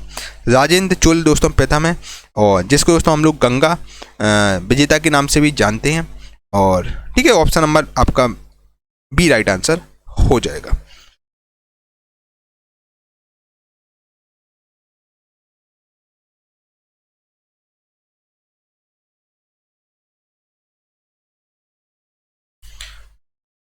निम्नलिखित में से ऐसी कौन सी एकमात्र शाही जोड़ी है जिसे जैसी चोल शिलालेखों द्वारा वर्णित की गई है? निम्नलिखित में दोस्तों ऐसी कौन सी एकमात्र शाही जोड़ी है जैसी चोल शिलालेखों द्वारा वर्णित की गई है? तो राइट आंसर आपका हो जाएगा ऑप्शन नंबर ए, पल्ली चंदम, जैन संस्थानों को दान की गई भूमि। ठीक है दोस्तों, चोल शिलालेखों में वर्णित जो भूमियाँ इस प्रकार से पल्ली चंदम जो कि जैन संस्थानों को दान की गई भूमि है, ये शिलालेख में वर्णित है जो चोल शिलालेख थे। जैसे आपका एक ब्रह्मदेव है, ब्रह्मदेव यानी कि जो मंदिरों को, ब्रह्मदेव यानी कि ब्राह्मणों को दान या उपहार में दी गई भूमि जिसको हम ब्रह्मदेव दे कहते थे। ठीक है, और जो आपका जो साला भोग है, साला भोग बेसिकली स्कूल के रखरखाव के लिए दी गई भूमि को हम लोग साला भोग बेसिकली कहते थे। ठीक है, यानी कि स्कूलों के रखरखाव के लिए दी गई भूमि उसको हम लोग साला भोग कहते थे। ठीक है, तो इस प्रकार चीजें थी। ऑप्शन नंबर ये आपका राइट आंसर हो जाएगा, पल्ली चंदम यानी कि जो शिलालेख में पल्ली चंदम थी। तो इस प्रकार दोस्तों कौन था आपका पल्ली चंदम यानी कि जो कि जैन संस्थानों को दान की गई भूमि उसको हम पल्ली चंदन कहते, शिलालेख में ऐसा लिखा हुआ था। ठीक है, चलिए अगले क्वेश्चन में चलते हैं। बिना देरी किए हुए निम्नलिखित में से कौन से पल्लव राजा ने चालुक्य राजा पुलकेशिन द्वितीय को पराजित करके और उनका वध करके वातापी कोंड का खिताब हासिल किया था? तो वो कौन से पल्लव राजा थे इन्होंने दोस्तों चालुक्य राजा पुलकेशिन द्वितीय को हरा दिया था और उनका वध करके वातापी कोंड का खिताब हासिल किया था? तो उस राजा का नाम था दोस्तों, बिल्कुल सही आंसर आपका दोस्तों, राइट आंसर आपका हो जाएगा option number A, Narasimha Varman प्रथम। नरसिंह वर्मन प्रथम दोस्तों आपका चोल राजा पुलकेशिन द्वितीय को हरा दिया था और फिर वातापी कोंड का खिताब दिया गया था। ठीक है, चलिए अगले क्वेश्चन में चलते हैं बिना देर किए हुए। शाही चोलाओं के अधीन राजस्व प्रशासन के संबंध में सालाभोग शब्द का क्या अर्थ था? दोस्तों सालाभोग शब्द का मतलब था कि विद्यालय के रखरखाव के लिए दान की गई भूमि। अभी मैंने आपको बताया सालाभोग यानी कि दोस्तों जो बेसिकली जो विद्यालय के रखरखाव के लिए दी गई भूमि को हम लोग सालाभोग कहते थे। ठीक है, जो स्कूलों के रखरखाव के लिए दी गई भूमि सालाभोग कहलाती थी। और उसी प्रकार दोस्तों मैंने आपको बताया जो आपका बेलन बगाई था बेसिकली गैर ग्रामीण किसानों को दी गई भूमि इस नाम से जानी जाती थी। ठीक है, तो इस प्रकार से दोस्तों चीज़ें थी।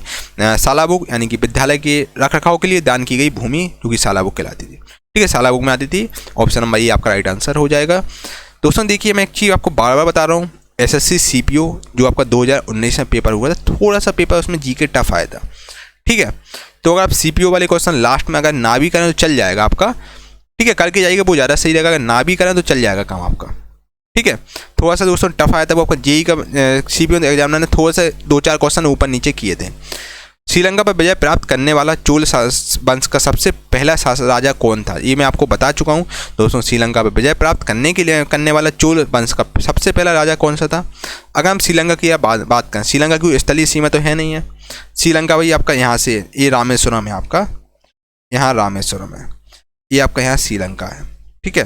यहाँ पर दोस्तों जो यहाँ से धनुषकोडी से आपकी धनुषकोडी जगह है, धनुषकोडी से आप श्रीलंका जा सकते हो, जो 18 किलोमीटर दूर स्थित श्रीलंका है, जो कि आपका मन्नाई खाड़ी यहाँ से कनेक्ट करती है, जो कि दोस्तों धनुषकोडी लास्ट लैंड है इंडिया की। ठीक है, यहाँ से दोस्तों आपका श्रीलंका आप जा सकते हैं, जो कि तमिलनाडु में आपका रामेश्वरम आता है। और यहाँ पर दोस्तों यहाँ से उसने आक्रमण किया था श्रीलंका पर, और श्रीलंका के राजा थे जिनको इन्होंने हरा दिया था, जिसका नाम था दोस्तों महेंद्र फाइव था, जो कि आपका हरा दिया था राजाराज प्रथम ने दोस्तों हरा दिया था। तो आपका राइट आंसर हो जाएगा। और राजाराज प्रथम को दोस्तों हम लोग राजेंद्र फर्स्ट भी बोलते हैं। ठीक है, राजेंद्र फर्स्ट और राजराज प्रथम हम इनको बोलते हैं। और राजेंद्र फर्स्ट ने दोस्तों श्रीलंका पर विजय प्राप्त कर ली थी, और ये चोल वंश का सबसे पहला राजा हुआ करता था। ठीक है, राजेंद्र फर्स्ट।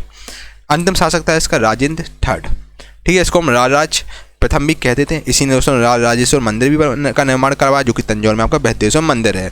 ठीक है, चलिए ऑप्शन नंबर बी आपका राइट आंसर है।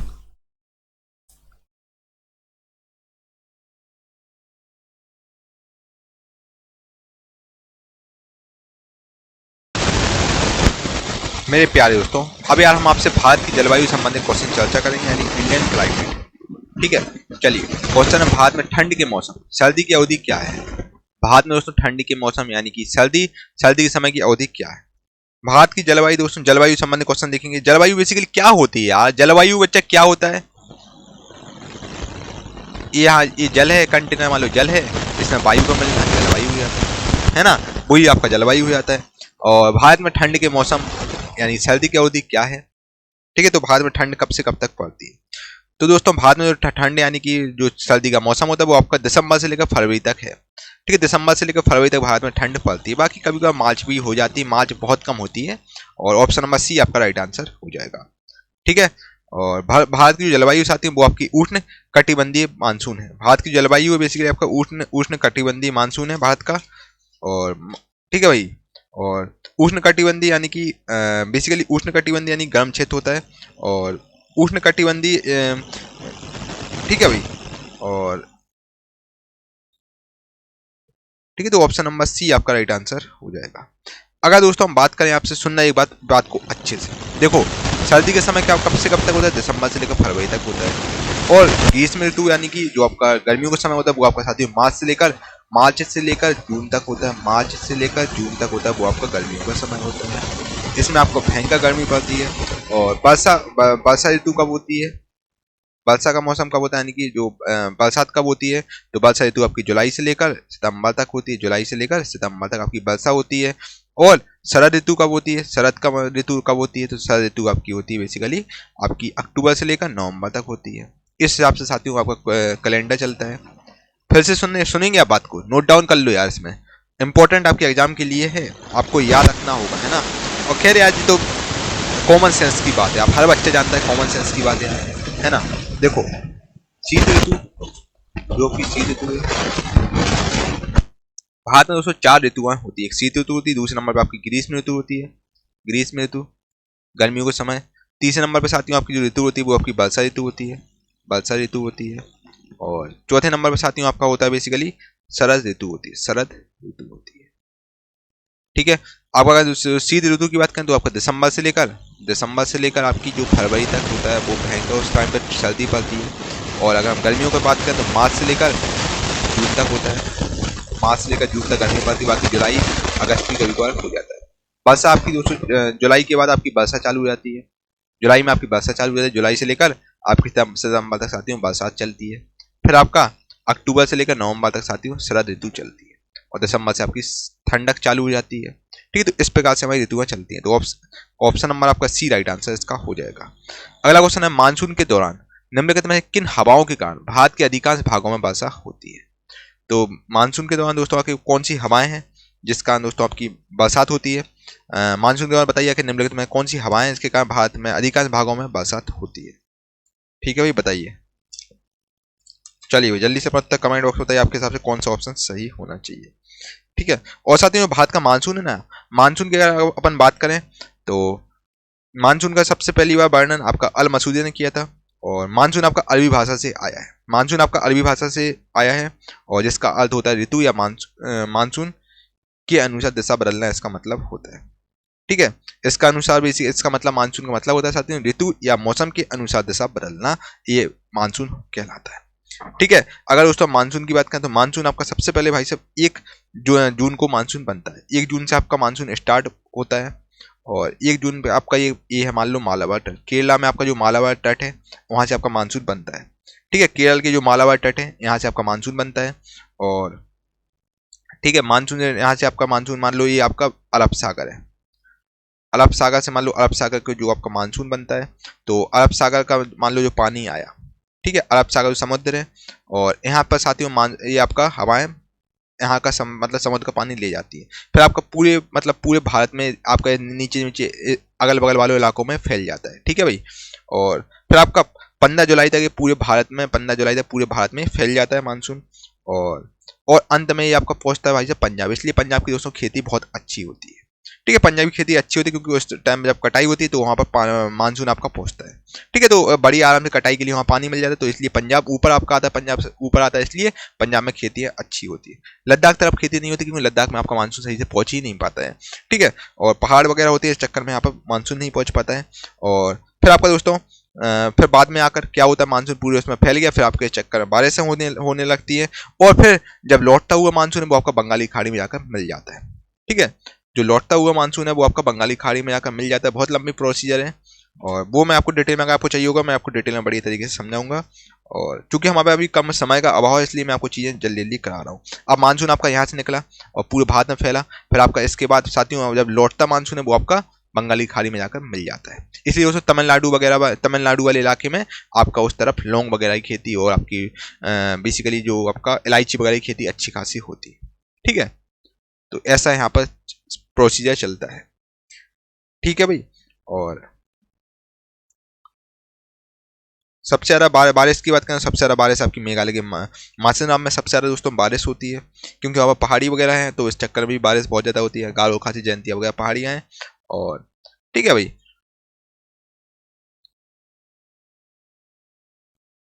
और हम दोस्तों कुल वर्षा की बात करें तो कुल वर्षा दोस्तों सबसे ज़्यादा आपकी दक्षिण पश्चिम मानसून के माध्यम से 80% वर्षा होती है, उत्तर पूर्वी मानसून 17% और पश्चिम विक्षोभ से आपकी 3% वर्षा होती है। ठीक है भाई, तो इस प्रकार से साथियों आपकी चीज़ें चलती है। तो क्वेश्चन है मानसून के दौरान निम्नलिखित में से किन हवाओं के कारण भारत के अधिकतम भागों में वर्षा होती है। तो वो हवाएं हैं साथियों आपकी, बिल्कुल सही राइट आंसर होगा दक्षिण पश्चिम हवाओं के कारण आपकी भारत में अधिकांश भागों में वर्षा होती है। दक्षिण पश्चिमी हवाओं के कारण ऐसा होता है। South west point right answer हो जाएगा।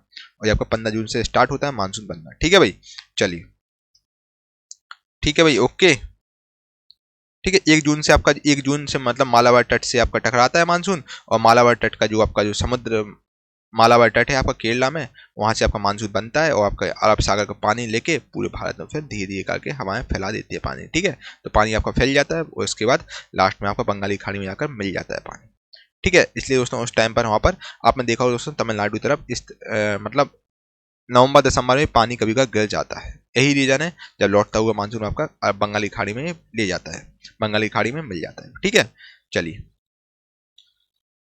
माथेरान किसके लिए प्रसिद्ध है। माथेरान की अगर हम बात करें तो साथियों जो माथेरान है ये बेसिकली आपका फेमस है किसके लिए, तो ये आपका दुनिया में सर्वाधिक वर्षा के लिए माथेरान फेमस है।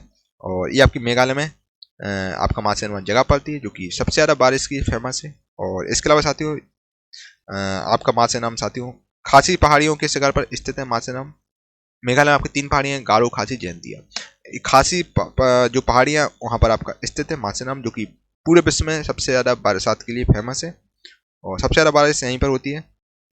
और यहाँ पर सबसे ज़्यादा वर्षा होती है जो कि सुबह के समय होती है। सुबह के समय यहाँ पर वर्षा सबसे अधिक होती है। अगला क्वेश्चन आपके सामने ये रहा, दक्षिण पश्चिम मानसून से भारत के पूर्वी तट की अपेक्षा पश्चिमी तट पर ज़्यादा वर्षा क्यों होती है। दक्षिण पश्चिम मानसून से भारत के पूर्वी तट की अपेक्षा पश्चिमी तट पर सबसे ज़्यादा बारिश क्यों होती है, तो इसके पीछे दोस्तों मेन रीजन है पश्चिमी घाट हवा को रोकती है जिसमें बारिश होती है। ठीक है, पश्चिमी घाट हवाओं को रोकती है, चक्कर में बारिश वहां पर होती है। चलिए अगला क्वेश्चन आपका, निम्न में से किस राज्य में सर्दियों के महीनों में सबसे अधिक वर्षा होती है। आखिर कौन से राज्य जहां पर सर्दियों के महीनों में सबसे अधिक वर्षा होती है बताइए। तो सर्दियों के समय दोस्तों सबसे अधिक वर्षा आपकी तमिलनाडु में होती है। ऑप्शन नंबर सी तमिलनाडु इसका राइट आंसर हो जाएगा। वो मैंने आपको बताया रीजन वही है, इसके पीछे रीजन है। तो ठीक है भाई, तो right answer option number C हो जाएगा। जब सर्दियों में दोस्तों कारण तमिलनाडु में बरसात होती है।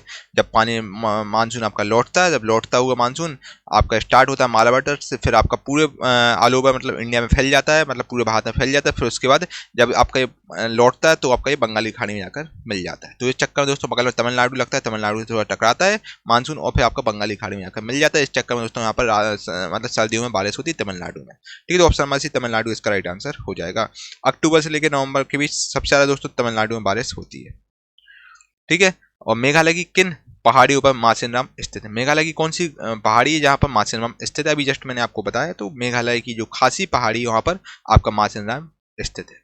इसलिए दोस्तों यहाँ पर बहुत ज़्यादा बारिश होती है।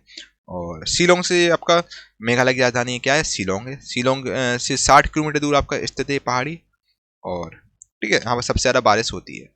और भारत के किस राज्य में सबसे ज़्यादा बारिश होती है? तो आपकी मेघालय राज्य में सबसे ज़्यादा बारिश होती है।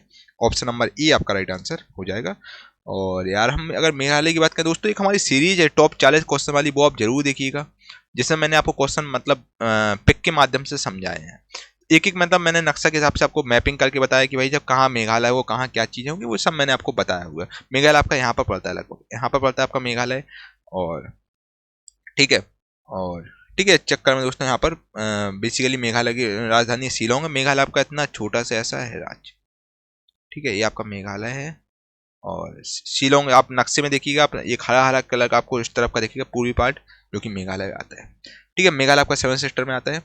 ठीक है भाई, चलिए बिल्कुल आपका बांग्लादेश से सटा हुआ है, बांग्लादेश के जस्ट बगल में मेघालय लगा हुआ है। ठीक है, तो right answer option number Meghalaya इसका राइट आंसर हो जाएगा।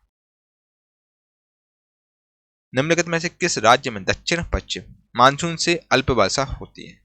आखिर वो राज्य कौन सा है? तो वो राज्य आपका दोस्तों तमिलनाडु। तमिलनाडु राज्य में दोस्तों दक्षिण पश्चिम मानसून से सबसे ज्यादा वर्षा होती है, यानी कि लौटता हुआ मानसून जो कि दक्षिण पश्चिम मानसून है, यहाँ पर वर्षा होती है। और जो लौटता हुआ मानसून इसको हम दक्षिण पश्चिम मानसून बोलते हैं। ठीक है, और सबसे ज्यादा दोस्तों सक्रिय तरीके से जो मानसून रहता है वो आपका रहता है भाई साहब कौन सा? ठीक है, तो दक्षिण पश्चिम मानसून से आपकी सबसे ज्यादा बारिश होती है आपकी तमिलनाडु में होती है जब मानसून लौटता है। ठीक है, तो ऑप्शन नंबर तमिलनाडु इसका राइट आंसर हो जाएगा। ठीक है, भारत में दोस्तों 80% आपका दक्षिण मानसून से वर्षा होती है, 80% पार्ट पर। ठीक है, अगले क्वेश्चन में चलते हैं। भारत की जलवायु को मोटे तौर पर निम्नलिखित के रूप में वर्णित किया गया है। तो भारत की जलवायु को मोटे तौर पर आखिर इनमें से किसके रूप में वर्णित किया गया है? तो राइट आंसर आपका हो जाएगा ऑप्शन नंबर डी, मानसून प्रकार। ठीक है, भारत की जलवायु दोस्तों मानसूनी प्रकार की है। और मानसूनी शब्द का दोस्तों अरबी भाषा है, मौसम शब्द से लिया गया है। और इसका दोस्तों ऋतु परिवर्तन के साथ साथ मानसून पवनों की दिशा में परिवर्तन भी होता है, इसका मेन मतलब होता है। और मैं आपको बता ही चुका हूँ। और मानसून आपके बेसिकली दो तीन प्रकार के मानसून आपके बेसिकली होते हैं। और ठीक है, एक आपका मानसून होता है दक्षिण पश्चिम मानसून होता है, और पूर्वी मानसून होता है आपका पश्चिम विक्षोभ होता है। ठीक है, जिसमें 3% होते हैं जो कि आपका अफगानिस्तान तरफ सक्रिय होता है। तो ये आपका ऑप्शन नंबर डी मानसून प्रकाश का राइट आंसर हो जाएगा। ठीक है, चलिए। किस समय भारत में दक्षिणी पश्चिमी मानसून वर्षा होती है? किस समय में आखिर दक्षिणी पश्चिमी मानसून से वर्षा होती है, बताइए। आखिर कौन से समय दोस्तों दक्षिण पश्चिमी मानसून से वर्षा होती है? कौन से समय में? तो वो दक्षिण पश्चिमी मानसून से वर्षा होती है, वो आपकी जून से लेकर सितंबर तक होती है। तो ऑप्शन नंबर डी आपका राइट आंसर हो जाएगा, जून से लेकर सितंबर। ठीक है, चलिए। वायु के वार्षिक ऋतु परिवर्तन को हम लोग क्या कहते हैं? वायु के जो वार्षिक ऋतु परिवर्तन होता है, वायु का जो वार्षिक ऋतु परिवर्तन होता है, इसको हम लोग क्या कहते हैं? तो इसको हम लोग साथियों मानसून कहते हैं। ऑप्शन नंबर मानसून इसका राइट आंसर हो जाएगा। मानसून शब्द लिया गया है, मानसून शब्द आके कहाँ से लिया गया? तो मानसून शब्द आपका साथियों अरबी शब्द से लिया गया। ऑप्शन नंबर सी इसका राइट आंसर होगा, अरबी। मानसून शब्द साथियों अरबी शब्द से लिया गया है। और अगला क्वेश्चन आपका भारत में गर्म मौसम गर्मी की अवधि क्या है? भारत में गर्म मौसम यानी कि गर्मी की अवधि क्या है? तो भारत में जो गर्मी की अवधि भाई जब कब है, बताइए। तो भारत में जो गर्म मौसम यानी कि गर्मी की जो अवधि रहती है वो आपकी रहती है मार्च से लेकर मई तक आपकी भारत में गर्मी रहती है। मार्च से लेकर दोस्तों मई तक भारत में गर्मी रहती है। और ये मैं आपको बता चुका हूँ, भारत में 4 प्रकार का दोस्तों मौसम रहता है। ठीक है, तो मार्च से लेकर मई तक आपकी भारत में गर्मी रहती है, क्या जून तक भी रहती है। और ठीक है, ऑप्शन के अनुसार दोस्तों मार्च से लेकर मई आपका राइट आंसर हो जाएगा। ठीक है भाई, और गर्मी का समय मार्च से लेकर जून तक होता है। चलिए, मेरे प्यारे दोस्तों लगातार बच्चे कमेंट बॉक्स में कमेंट कर रहे थे और व्हाट्सएप पर मैसेज कर रहे थे, सर आखिर आप कब बैच लॉन्च कर रहे हैं एसएससी के लिए। दोस्तों वो दिन आ गया, मैंने आप लोगों के दोस्तों सफलता बैच लॉन्च, क्योंकि वन ऑफ द बेस्ट है ये आपका दोस्तों बैच, बाकी में आपको सफलता दिलाने का काम करेगा। साथियों किरण की जो लेटेस्ट जीके की बुक आती है 14,000 प्लस वाली बुक आती है, उसका पूरा निचोड़ हम लोग लेकर आए हैं दोस्तों। इसमें आपके एसएससी के जितने भी एग्जाम होते हैं सब आपके कवर हो जाएंगे, JE, SSC, जेयू, CGL, CPU, MTS, आपके सिलेक्शन फेज के जितने भी एग्जाम होते हैं सब आपके कवर हो जाएंगे। ठीक है, सारे के इंपॉर्टेंट प्रीवियस ईयर क्वेश्चन हम आपके लिए लेकर आए हैं जो बहुत बहुत ज्यादा इंपॉर्टेंट है। इस बुक के दोस्तों बेसिकली हमने क्या किया है, इसमें छटनी की है, कुछ क्वेश्चन 1994 में पूछे गए फिर उसका रिपीट नहीं हुए, इसमें रखे गए हैं वो हमने हटा दिए हैं। इसमें दोस्तों आपको top 5,000 super selected chapter wise PYQs मिलेंगे, सुपर सिलेक्टेड, जो आपके एग्जाम के लिए बहुत ज्यादा इंपॉर्टेंट है। ठीक है, 5,000 से लगभग 6-7,000 के आसपास, आपको 6,000 के आसपास क्वेश्चन मिलेंगे जो आपके एग्जाम के लिए बहुत इंपॉर्टेंट सुपर सिलेक्टेड क्वेश्चन, कोई आपका 8 बार पूछा गया, कोई 10 बार पूछा गया है, बस वही आपको मिलेंगे। और दोस्तों इसकी एक खासियत और है, आपका ये बैच है ना इंग्लिश हिंदी दोनों में रहेगा, जो इंग्लिश वाले बच्चे हैं उनके लिए भी इंपॉर्टेंट है, हिंदी में भी रहेगा, इंग्लिश हिंदी बायलैंग्वेज आपको कंटेंट मिलेगा। और ये आपका दोस्तों batch one of the best आपके एग्जाम के लिए रहेगा, और इस बैच को दोस्तों आप ले सकते हो कि वन ऑफ द बेस्ट है और आपकी यहाँ से बड़ी तरीके से प्रैक्टिस हो जाएगी। दोस्तों आप जान रहे हैं एग्जाम के लिए बहुत कम समय बचा है, और MTS का दोस्तों आपका 1 महीने बाद पेपर है, बच्चा बिल्कुल तैयार हो जाओ। और इसके अलावा दोस्तों आप जीके का, पहले क्या था अपन जीके स्किप भी कर देते तो काम बन जाता था, लेकिन दोस्तों अब जीके से ही आपकी मेरिट बनेगी यार। MTS में दोस्तों जीके के बिना कुछ हो नहीं पाएगा, जीके इंग्लिश के बिना, तो आपको जीके बहुत इंपॉर्टेंट रोल प्ले करती है। बाकी दोस्तों CGL वगैरह में मेंस में जीके आने लगी है, CHS में मेंस में आने लगी, तो बच्चा जीके को आपको इसको स्किप नहीं करना, जीके को आपको सीरियसली लेना है। आपने कहीं भी पेड कोर्स लिया हो, कहीं भी लिया हो, कोई दिक्कत नहीं, बच्चे प्रैक्टिस बैच आप लोग जरूर लेके देखिए, ये आपको बाकी में सफलता दिलाने का काम करेगा। आपकी प्रैक्टिस बहुत तरीके से हो जाएगी, टाइमर वगैरह भी हम लोग आपके लिए लेकर आए हैं, और आपको थ्योरी भी इसमें कराई जाएगी, है ना, जो आपके एग्जाम के लिए बहुत ज्यादा इंपॉर्टेंट चीज है, सब आपको दोस्तों यहाँ पर मिलेगा।